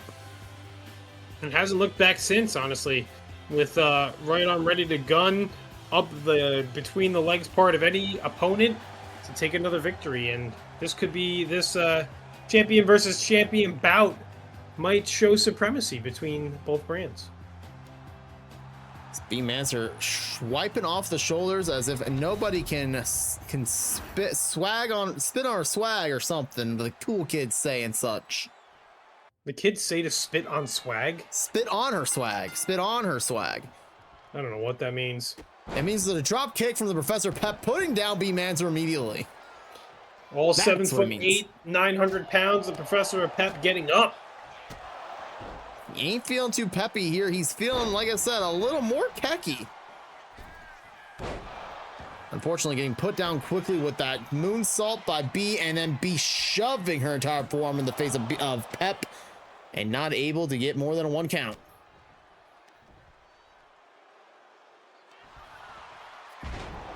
The B tried to suplex Pep, but unfortunately not able to lift all 973 pounds of him. Yeah, but very quick to adapt here as B going to the bag of tricks and able to pull out other moves, neck breakers and high-flying moves and impactful things. Picking up Pep might not be the strategy. Might not be the strategy, but she does have that bee sting, and I'm still not sure if that counts as a disqualification or not, because I'm still not sure if that match with Derrick was a disqualification match or not. I'm still confused on that one. Honestly, Derrick should just be disqualified from EGW because he beat me up. You know, you're not wrong. I did, again, I wanted to suspend him. I was told I'm not allowed to suspend him. Timbo said, let me take care of it. I said, all right, Timbo, do your work. We're going to find out next after this match and see what Timbo's got cooking for you. That left hand is going to be good. Professor Pep with a little bit of mashed peas on the outside.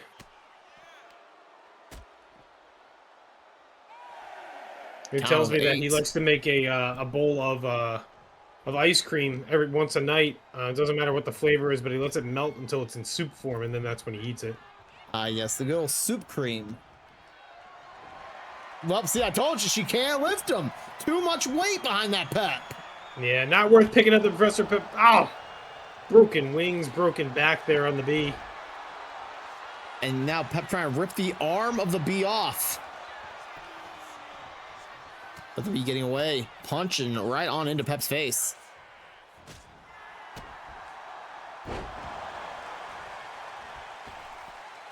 Springboard moonsault, not quite getting it. Low aim and high altitude do not mix. Beemancer runs to one corner over another forearm strike right to Pep's face, putting Pep down in the corner. Pep hates being in the corner. He hates being confined. He likes being able to go wherever he wants to go. He's like a wild animal trying to pee on everything that he possibly can, but is not quite allowed to do so inside that ring right now.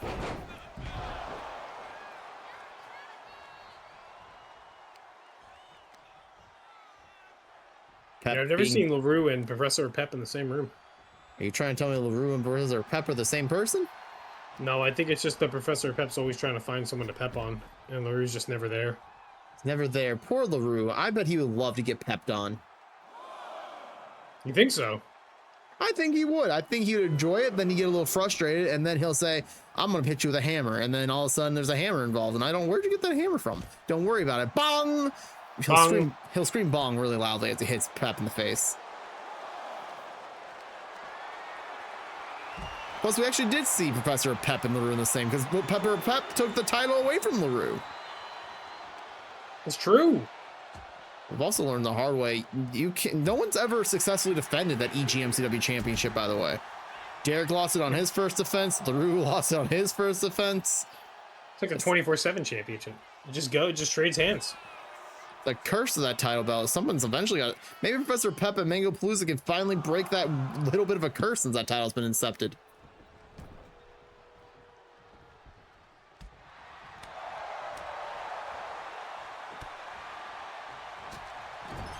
Multiple strikes from B, putting Pep in the corner. Now wants to go for the B-Dog, dropping Professor Pep in the center of the ring.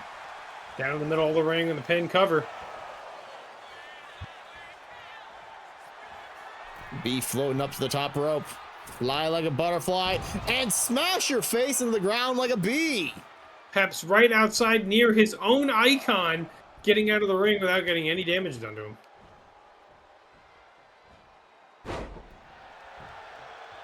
Slide Pep and leg sweep. The wherewithal of being able to know how close you are to the ring, and you gotta understand, the man's standing at over 8 feet tall. It doesn't take too much to get yourself rolled out from underneath that bottom rope. Yeah, I've seen him laid flat on his back and try to stretch his toesies and his fingertips across the ring, and it's pretty close. It's impressive 10 by 10 ring, and you get this 8 by 8 man ready to reach across the entirety of it.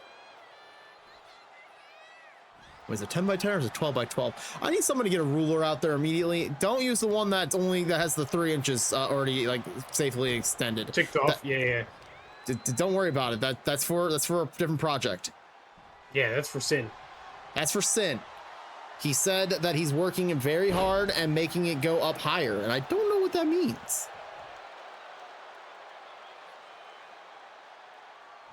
He not looking too healthy. Not really dancing and singing like a bee normally would. As Professor Pep is out on the apron now. Dropping spine first in the hardest part of the ring, that ring apron. Not the position a champion wants to be in. Full swing of battle in Professor Pep's favor. Speaking of swinging, he swung his entire body into the freaking barricade there. Oh my God.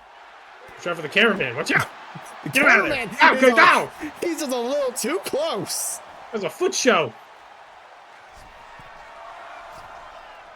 Via the top rope, flying and smashing onto the ground once again. The Professor of Pep isn't even trying to dodge these moves. I think he's just like constantly just in motion. He's Mr. Magooing the entire situation, unfortunately. He doesn't even know that B is flying his direction. He just keeps stumbling his way into perfection. Do you think the Professor of Pep just wants to have friends, or do you think like it's just like his thing? Well, I think he wants to have friends, but he just misses every opportunity possible, and he finds his way to just do what he's got to do, and he just has to do it properly, you know? In the peppiest way. In the peppiest of Pep ways. Beemancer try to get a 2 count. Well, try to get a 3 count. Only got a 2 count. Now she's off the top rope, flies through the air, moonsault, landing perfectly on Jolty's spine, and now forearm right in the face once again, as Madam Referee is getting basically shoved out of the ring right now. Another pin attempt by B, not able to get it even with her feet up on the ropes. Jolty now taken down. twisting and turning the legs like a pretzel. Be in trouble. Oh God. Oh my God. He just stretched the entire Bee body. Trying to elongate the Bee as long as he is. Kick out at 2. I don't think I've ever seen a Bee turn into that shape. There are pretzels, and then there are just shoelace ties up. And quite frankly, like a churro. It was awful. Bee, I don't know how you're able to even breathe after what just happened to you there. Uh-oh. He's pepping. Oh my God, I'm dizzy just watching that. Spun around roughly about 10 times just to disorient himself and Bee at the same time. I think he does it for his own. I actually think it brings him back into the spatial awareness of where he needs to be. Uh-oh. Oh no. He is not about to do it. Don't tell me. Oh my God. P-E-P-W. Ooh. Oh. Ooh. Oh. Whoa. Ooh. Whoa. Ooh. Whoa. Ooh. Oh! Oh, the Pep elbow dropped in the middle of the ring. Oh my God. Oh, and Bee kicks out of it. Oh my goodness, almost a pinfall. Peppin' as ever he will do. Almost getting the 3 count there. 900-pound man going up to the top rope. Iron District with the Pep elbow again, but this time with more authority behind it. Go for the pin. His feet are on the ropes. He's cheating. He's cheating. I don't think he meant to cheat. I think it was more the fact that he didn't have enough room for his legs to pin Bee there. He was pepping on the ropes. He's cheating. Into the referee. Cheating. And quickly clotheslined down hard.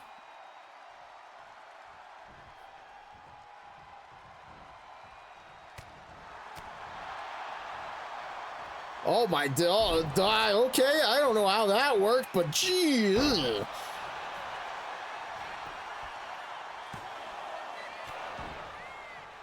Professor of Pep's body contorting like the Bee did earlier, but not quite in the same comfortable position it seemed like that Bee had. Bee now caught up with Jolty, turning around Hurricane Rana. Helicopter as the Bee goes up to the top rope, flying in for a Bee Stinger.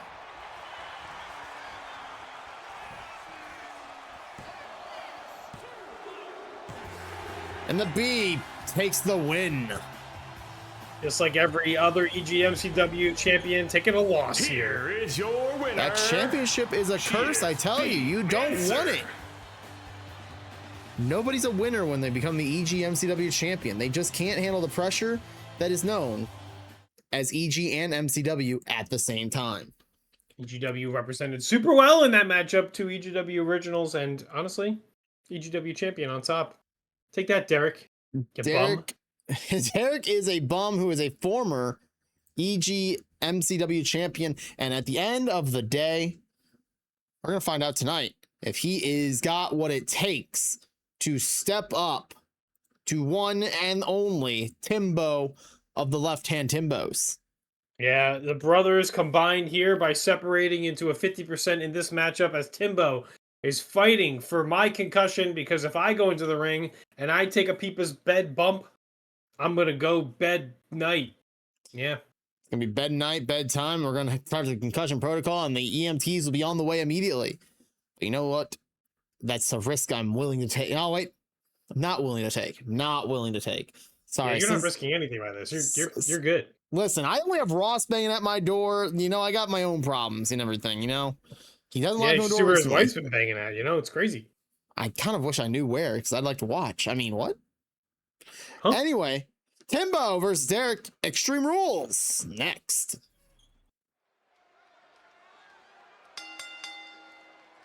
The following match is an Extreme Rules match and is scheduled for one fall. Introducing first, he is Timbo. Timbo making his way down the ring with the Wise Maloney in tail. He may not be a brother of Kyle's, but you better believe that he is a brother from another mother.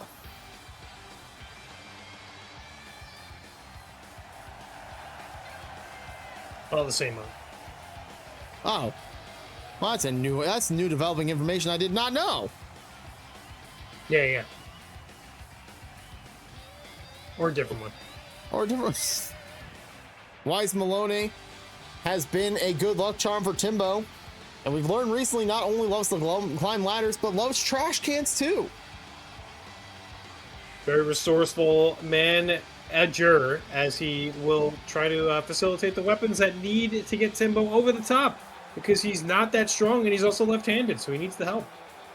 All the help in the world may not be able to survive what Derrick is going to think about doing here tonight. Again, I kind of want to give him suspension and have Timbo fight someone else right now, but I'll digress for now. Yeah, well, Derrick doesn't really think that much, so. Fair.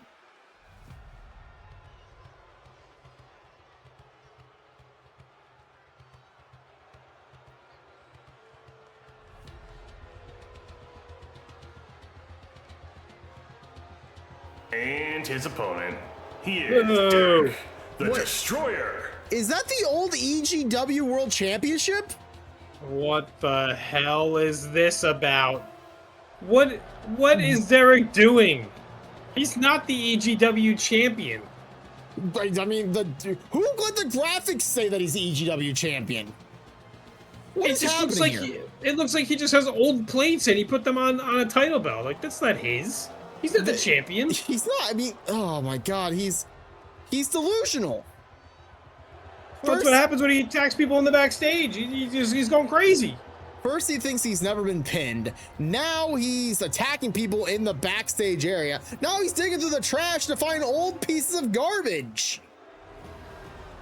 Just like his terrible attitude, this terrible replica of a belt that doesn't belong to him. I hope Timbo gives him the old 1-2, buckle his shoes, unbuckle them, trip him down, and pin him for 3 tonight. If he really thinks he's the EGW champion, I'm gonna lose it. I'm gonna lose it. Well, he's already losing it, so. Jeremy Steele back from the concussion protocol, ready to call this match. We're gonna have to ask somebody at ringside to please collect that championship because it does not belong to him. It belongs in the trash.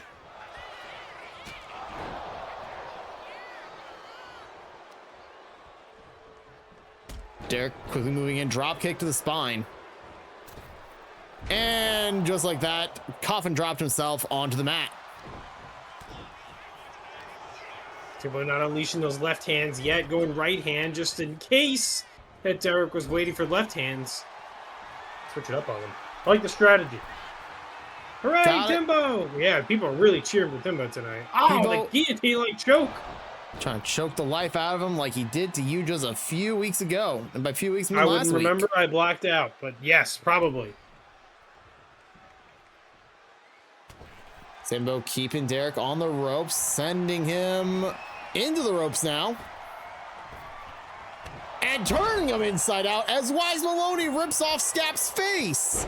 Hey, the Wise Maloney is just doing his job over there, making sure that the ropes underneath look good. So he had to uncover just to make sure that the ropes were good in that corner. Good job, Wise Maloney. Derrick somersaulting through the air, missing Wiley on Timbo. Into the corner he goes, and man, he should have looked first because he went face first into that. Yeah, get him!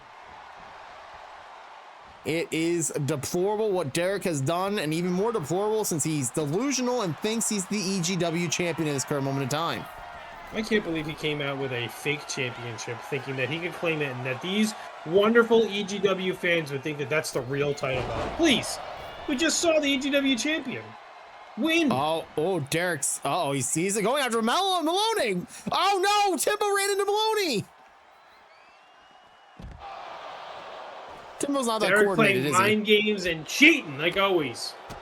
Mind games. Going after the Wise Maloney is just unnecessary. This man has not wrestled a single match ever, and he thinks that he can chase down the Wise Maloney and intimidate him.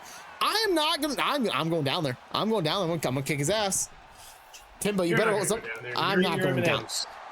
Yeah, okay, but also my door's locked. I don't know how to unlock it still. Oh yeah, that's true. Did Wise Maloney just roll a light, like one of those LED, like mercury-filled light tubes in the ring? Yeah, that's the one that fell earlier from the ceiling that didn't break somehow. Yeah, good for that. It's made really sturdy. Well, it was made very sturdy. Across the middle of... the referee is paying attention to Wise Maloney and not counting the pin. Ref, please! Wise Maloney just seems to be... I don't know if he's helping Timbo or hindering Timbo at this point. Timbo DDTing the right arm of Derrick, which I don't know if that does the same damage as DDTing somebody's head, but... Well... nonetheless.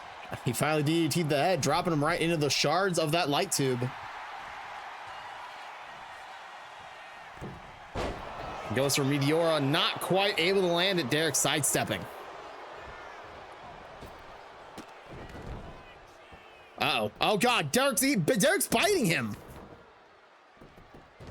This guy's cheating. You're not allowed to use teeth? I hate to break this to you, but it's Extreme Rules. There are no rules. You can use teeth, technically. Yeah, but that's 2 Extreme Rules. Like, there's Extreme Rules and then there's 2 Extreme. That's 2 Extreme. Oh, my God. I don't even know what you want to call that, but it was like a code breaker mixed with a fairy tale's end, and it was just breaking the jaw of Timbo. Timbo looking a little worse for wear as Derrick was putting it to him in this match. Oh, Derrick can also play guitar. That's so gosh. Go! Oh, the top of the head with Keith Urban's guitar. He just performed here last night. That's crazy. Keith Urban, we are not paying for that broken guitar. That's your fault for leaving here. You should have known better. You big dummy. Yeah, huge clothesline, putting Timbo back on the mat, rolling him out of the ring even. Timbo trying to regain his footing as Derrick comes around the outside. Oh, into the steps.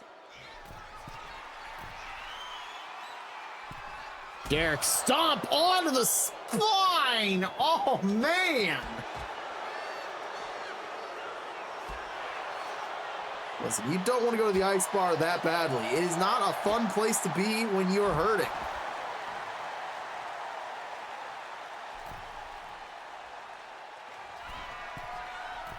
Timbo and Derrick are going to need some ice after this matchup for the amount of pressure they're putting onto each other and the amount of damage done.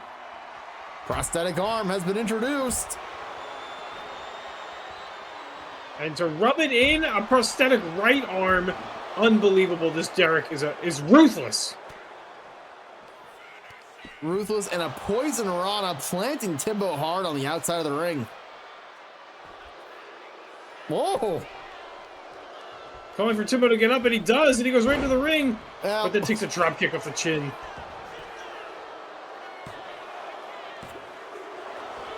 Timbo kicking out at 2. Looks like he didn't really kick it with a lot of authority. Looks like Derrick just kind of let him just get a shoulder up.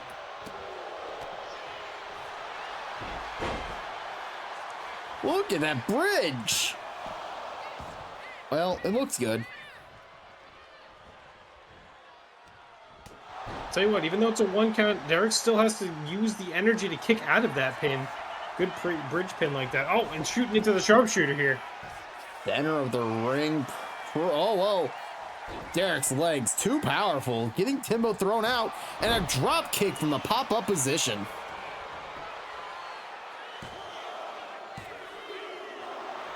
Woo!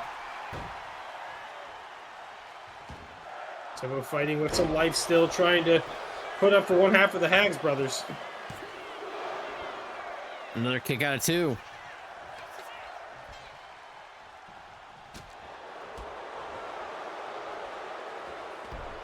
Arm drag, throwing Timbo around. Derrick now going up top rope.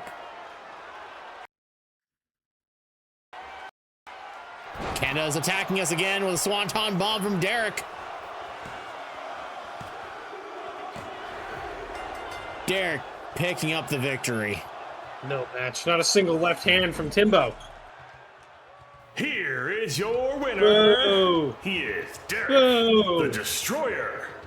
Whoa. Did somebody take that title away from him? I just need to know. That title was taken away, correct? I don't know. It's a piece of trash. It might have went out with the other trash cans that were smushed earlier by the Canadians. Oh, I just hope that somebody took that title belt.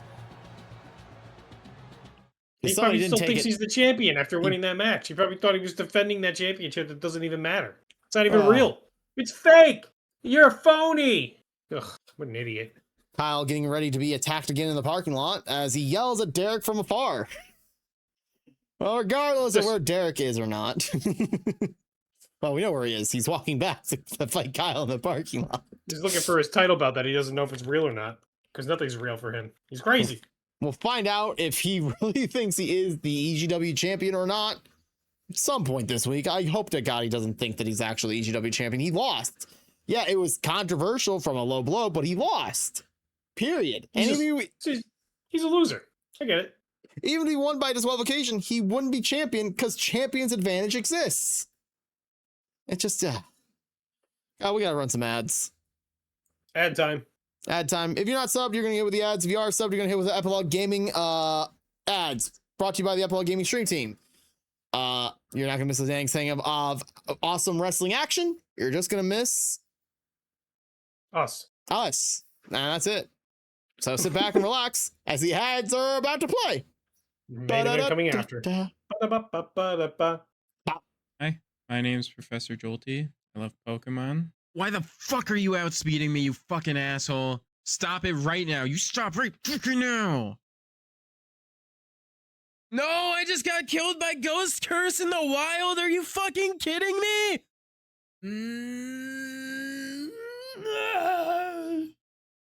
Love chaotic gameplay.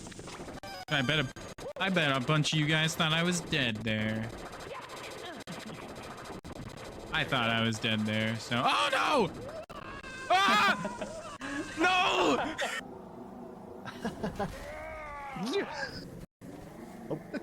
Oh my god. What's going on over here? How it didn't even... okay. Oh! What the fuck? What the hell just happened? And I love the Pep. Love to see you stop by sometime.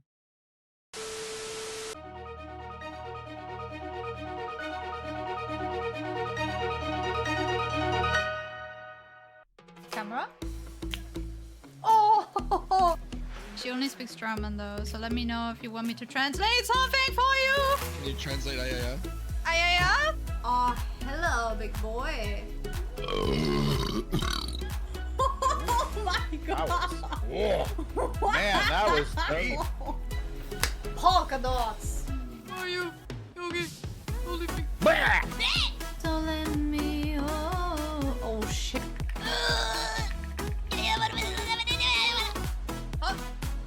What do I even do? Do I just moan? Like, what do you want? I got the D. What? It's just me going like yep.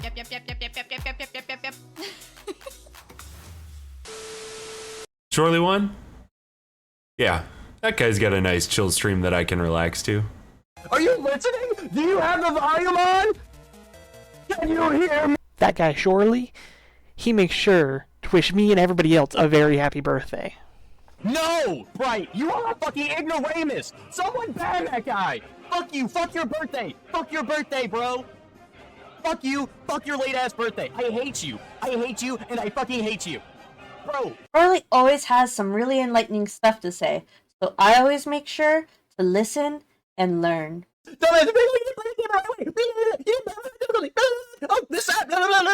Oh, right!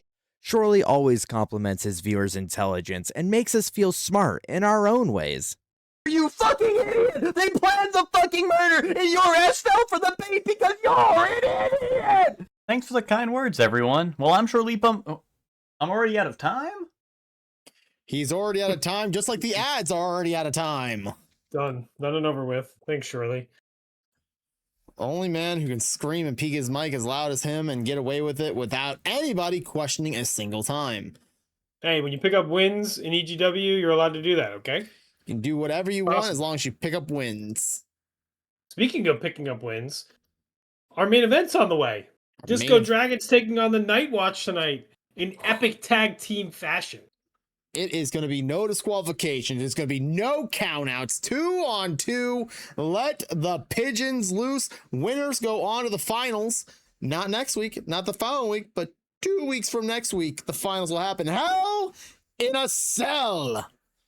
Elimination style, too. Raising the stakes, baby.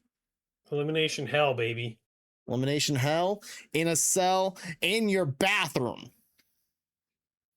Think about it. Regardless, let's find out. Yeah, no, right? You said think about it. Find out who is our first #1 contender for those tag titles now.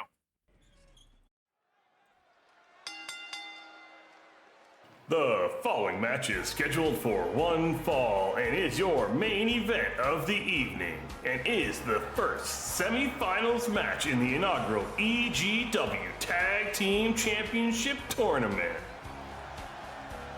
Introducing first, they are the team of Funky Zayla and Azure. They are the Disco Dragons. Time to get funky up in here. Funky dancing, funky grooving, funky moving. As these two have become best of friends in EGW. Formidable tag team.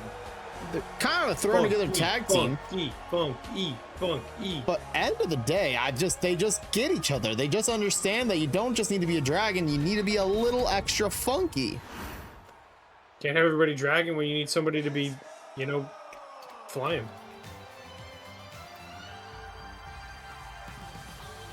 He's got and their opponents. They are Rena and Ema. They are the Nightwatch. Huge mountain to climb. The Nightwatch are #1 contenders to the MCW World Tag Team Championships over Mango Palooza, but tonight they want to just get one step closer to becoming double tag team champions, potentially by the end of April. And beginning of May, maybe, depending on dates and me remembering what exactly the date I said before. Regardless, Rena and Ema, the Germans, are here to not fuck in your way to your heart. I've never seen them in the same room as the Lunchbox and LaRue, so. Well, you trying to tell me the Lunchbox and LaRue are not Ema and Rena? They wear different clothes. They do wear different clothes. These guys are currently sporting what's known as the shiny rowlet look. You can tell from the nice soft blues and greens galore.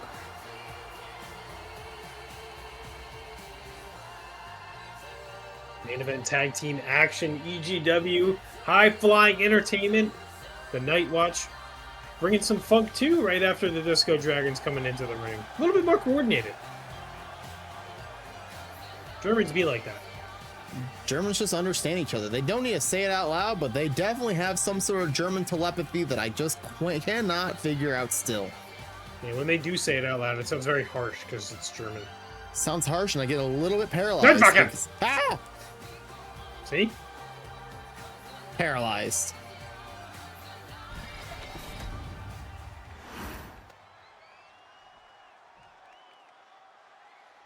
And here we go, semifinals #1. Madame Referee stepping back in for this hellacious tag team match to happen. Disco Dragons coming out hot and ready to go as they're firing on both cylinders. Because this car is like, it's kind of like a moped. They only have 2 cylinders. They don't have 4. They're not a car. You can tell it's only 2 cylinders away. Azure just fell right off the top rope and onto the shoulder of Ema. Not even phased was Ema, but Azure seemed like he took a lot of offense to his gut. I mean, the shoulder of Ema.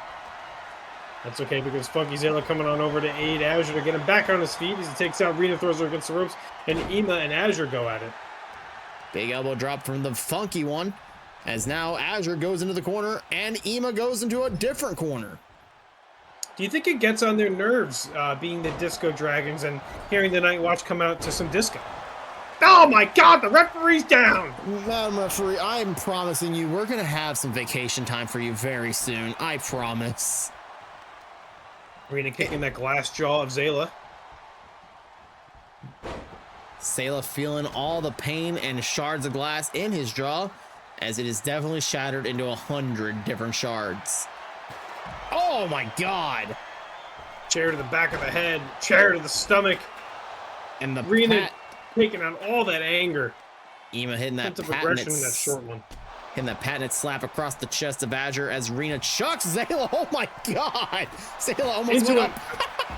Our German announce team is watching this go on right in front of them. The bottle of water got knocked over as Salos crashed right into it. Oh God, they're going all out over there, aren't they? It's all intensity all the time. Bottle of water being thrown by Ema, missing.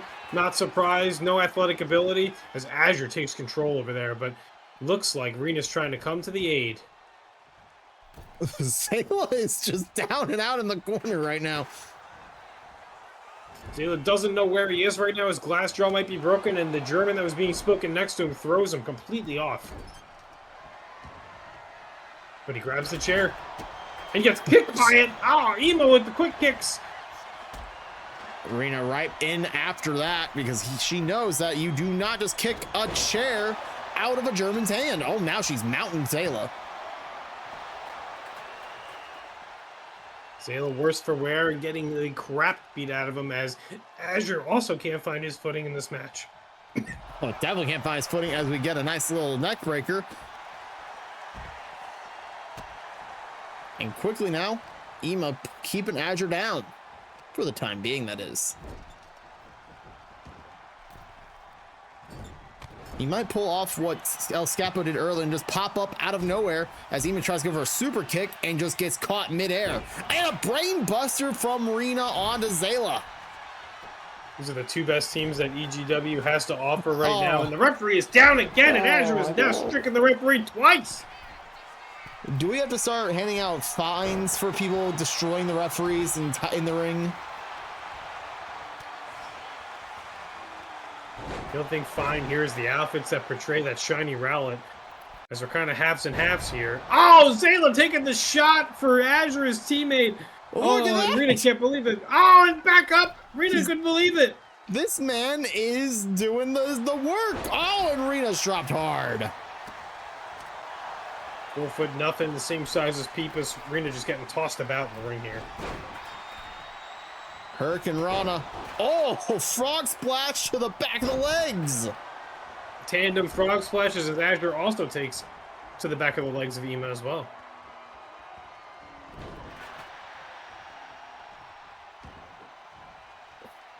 I'm pretty sure Rena just kicked Ema. She tried, and then the end of disco hits hard on Rena as Zayla goes for it. Woo, kick out too. Where did Azure get a bat from? Oh, he found it. I didn't know we had baseball bats. I knew we had hockey sticks and kendo Oh sticks. my God! Ema with a bat! No athletic ability, but swinging a bat like a champion! Scooping Zayla up. Big body slam near the pepper square. Rena actually with no athletic ability slamming the bat into the mat and no one was there. Trying to swing at Azure and missing. Oh, she just throws it! Good Lord! Oh, and kicks it! Oh my God, Cookie Zayla down! She was tired of Azure's full hockey and just chucked it at his legs, knocking him out of the ring. Bat across the chest, across the back of the neck. It's able to stop him before his glass jaw can be broken. Oh God, speaking of glass jaws, even probably just broke his. Everybody's gonna have a glass jaw by the time we're done here in EGW. Listen, we don't have insurance here, but you better believe that they're gonna pay for their medical bills and they're gonna like it. Oh, turning him inside out. Suplex. Yeah. The Nightwatch now in tandem into the ring. Rena flopping in the middle. Just like the noble Magikarp, Rena flops on the ground with a mighty splash. Shiny Rowlet would be proud. Axe Down handle. under, up and over.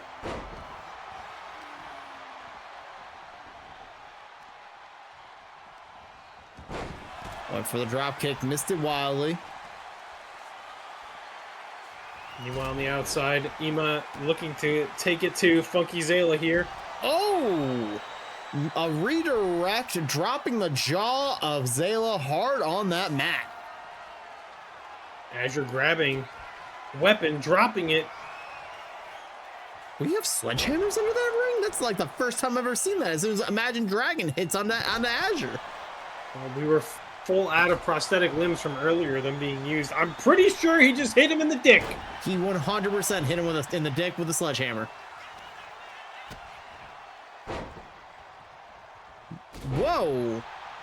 Just like the pretzel, Rena twists and turns Azure inside out with her legs. Taylor trying to fight back, but 2 against 1, not going so well. Still fighting back. They can get back to the Nightwatch. Big German suplex. Oh, Azure breaking up the trifecta for his teammate. Zayla. But don't worry, they coordinated this. It was a perfectly done tandem tag team move. Oh my God, Azure! Almost a 3 count. Azure dropping the chair onto Rena, but Rena's not happy about it. Dragging him down onto it. I don't know if Zayla knows what he's swinging at. Into the stomach, throws the. Oh my God, the carnage! The Disco Dragons are dancing all around the Germans as Azure. Oh my golly! Free falling on to Rena on the outside. Package suplex pin attempt by Ema. And Azure, just like State Farm, he is there for his good neighbor of Zayla. Face first goes Ema, breaking that beautiful nose. Get the hell out of the ring while you still can. Kendo stick in the hands of Rena. She is trained in kendo sticks, so she's gonna be very much dangerous with that thing. Well, until Zayla knocks it out. Oh my God. Zayla will be having none of that. His glass jaw still intact through this whole match.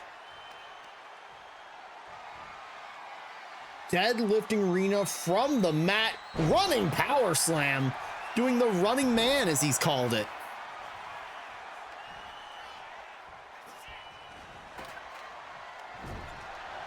Azure couldn't be bothered with his teammate being attacked right now in the ring, but he grabs a kendo stick.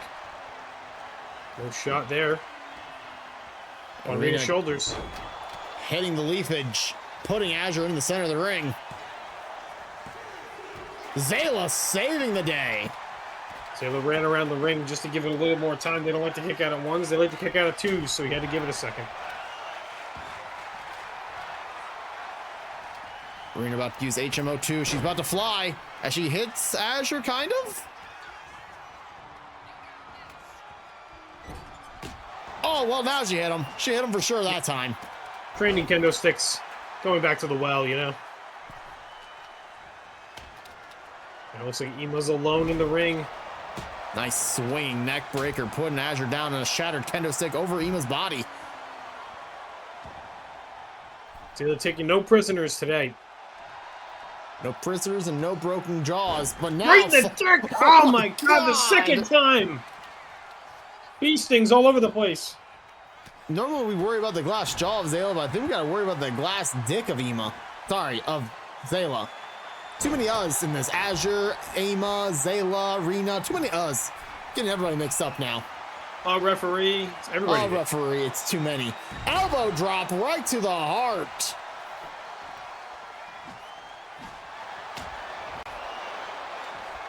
Azure taking it to Ema on the outside, but Rena has the sledgehammer. Oh, Zayla getting out of the way, trying to fight Destroyer. back.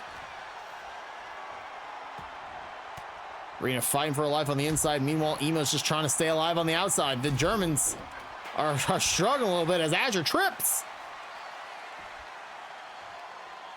Rena waiting for Zayla to get up, picking him up on the shoulders. Leafage incoming. Pin attempt. Oh, and Azure saving the day. Luckily, that pin count was for 7 instead of 3, and had enough time to get in there to break it up. Rena missed the leg drop. Ema sizing up Azure. Went for the patented slap, but Azure had it scouted. Chopping away at those legs into wheelbarrow. Bulldog down on the ground. Azure out on the outside of the apron. Up to the top he goes. Zayla taking care of Rena on the outside. There is frog splash and pin attempt. Huge frog splash. You see those limbs? The Disco Dragons go on to the finals. Injuries all across the board, Here but are enough your for the Disco Dragons to win. They are the team of Funky Zayla and Azure. They are the Disco Dragons. Disco They're funky. Dragons. They're friends. They're winners. Absolute insane. My name's Oh, Professor God. Oh my Jolty! God, Jolty, Jolteon, no! please! Jolty, please! Help! Jolty, no! No! Fucking asshole. You know, fair enough, Jolty. My apologies, sir. My apologies, Jolty. Yeah, I am a fucking asshole for cutting you off like that. My apologies. What Anyway. a night! What an Oh my what an amazing evening of EGW wrestling, and the Disco Dragons taking that first dub against the Nightwatch. Just all around, everything except for Derrick winning was fantastic tonight. Yeah, Derrick winning and doing his whatever the heck he wanted to do with that freaking ring announcement thing. I'm still just not sure what on earth he was doing, and quite frankly, I would like to never know exactly why he had that piece of trash on him. I thought we got rid of that months ago. Yeah, he also probably has no idea what he's doing, so yeah, it makes sense. It does make sense, but thank you all so much for hanging out with us tonight for EGW Season 2, Episode 7 is in the books. Next week, let's spoil a little bit what's coming next week. Next week, as we know, it's going to be April 22nd. We have ourselves a nice little fun match. You guys already know the main event of the evening. It's going to be the semifinals for the tag team tournament. It's going to be Guy Love versus Slayer and Casual, who still don't have a tag team name, but I'm kind of liking Slayer and Casual. Casual Slay? Casual Slay. I think that's what we're going to go with. We also have the likes of Jameson Walker taking on Derrick, the Destroyer. Hopefully, Jameson can do something right for us. Yeah, that's my boy too. I need somebody to throw some punches. Somebody's gonna stand up for Kyle, and since he wants to think that EGW thing is his, I'm gonna make that for that title belt. If he somehow still has that championship, Jameson, you win, take it off of him, and you get a title match against Beemancer ASAP. You just gotta do it. Jameson would agree to that. I think it's an agreeable win there. Yeah, I'm gonna make sure that Derrick gets rid of that title belt, and I'm putting a bounty out on Derrick at this point. Up next, Jameson gets his opportunity at him. Whoever wants it every week, Derrick, I'm gonna, one thing to tag my broadcast partner, but to take a piece of trash and claim that it's yours, you're a dead man. Yeah, and if you're gonna hit anybody this time, hit him. Yeah. Do not hit me with your car, thank you. Regardless, you also have Lukor and 1N taking on the Great Minds. Yogi and Falcon are taking a little step back because after a little miscommunication, they say they need a spa day together so they can get back on the same page and have a good, happy moment. You also have Sin, Sean Norris, and the Ghastly Gemstone. Le Lunchbox taking on Ross. And Rainbow Plus Ultra teaming up to take on Dim Sum and Hellion, the unlikely duo. Plenty of tag team action, plenty of EGW action coming your way, plenty of fake titles. An amazing night tonight, Ginger. Plenty of fake titles. Well, Kyle, do you have any idea where we're going tonight?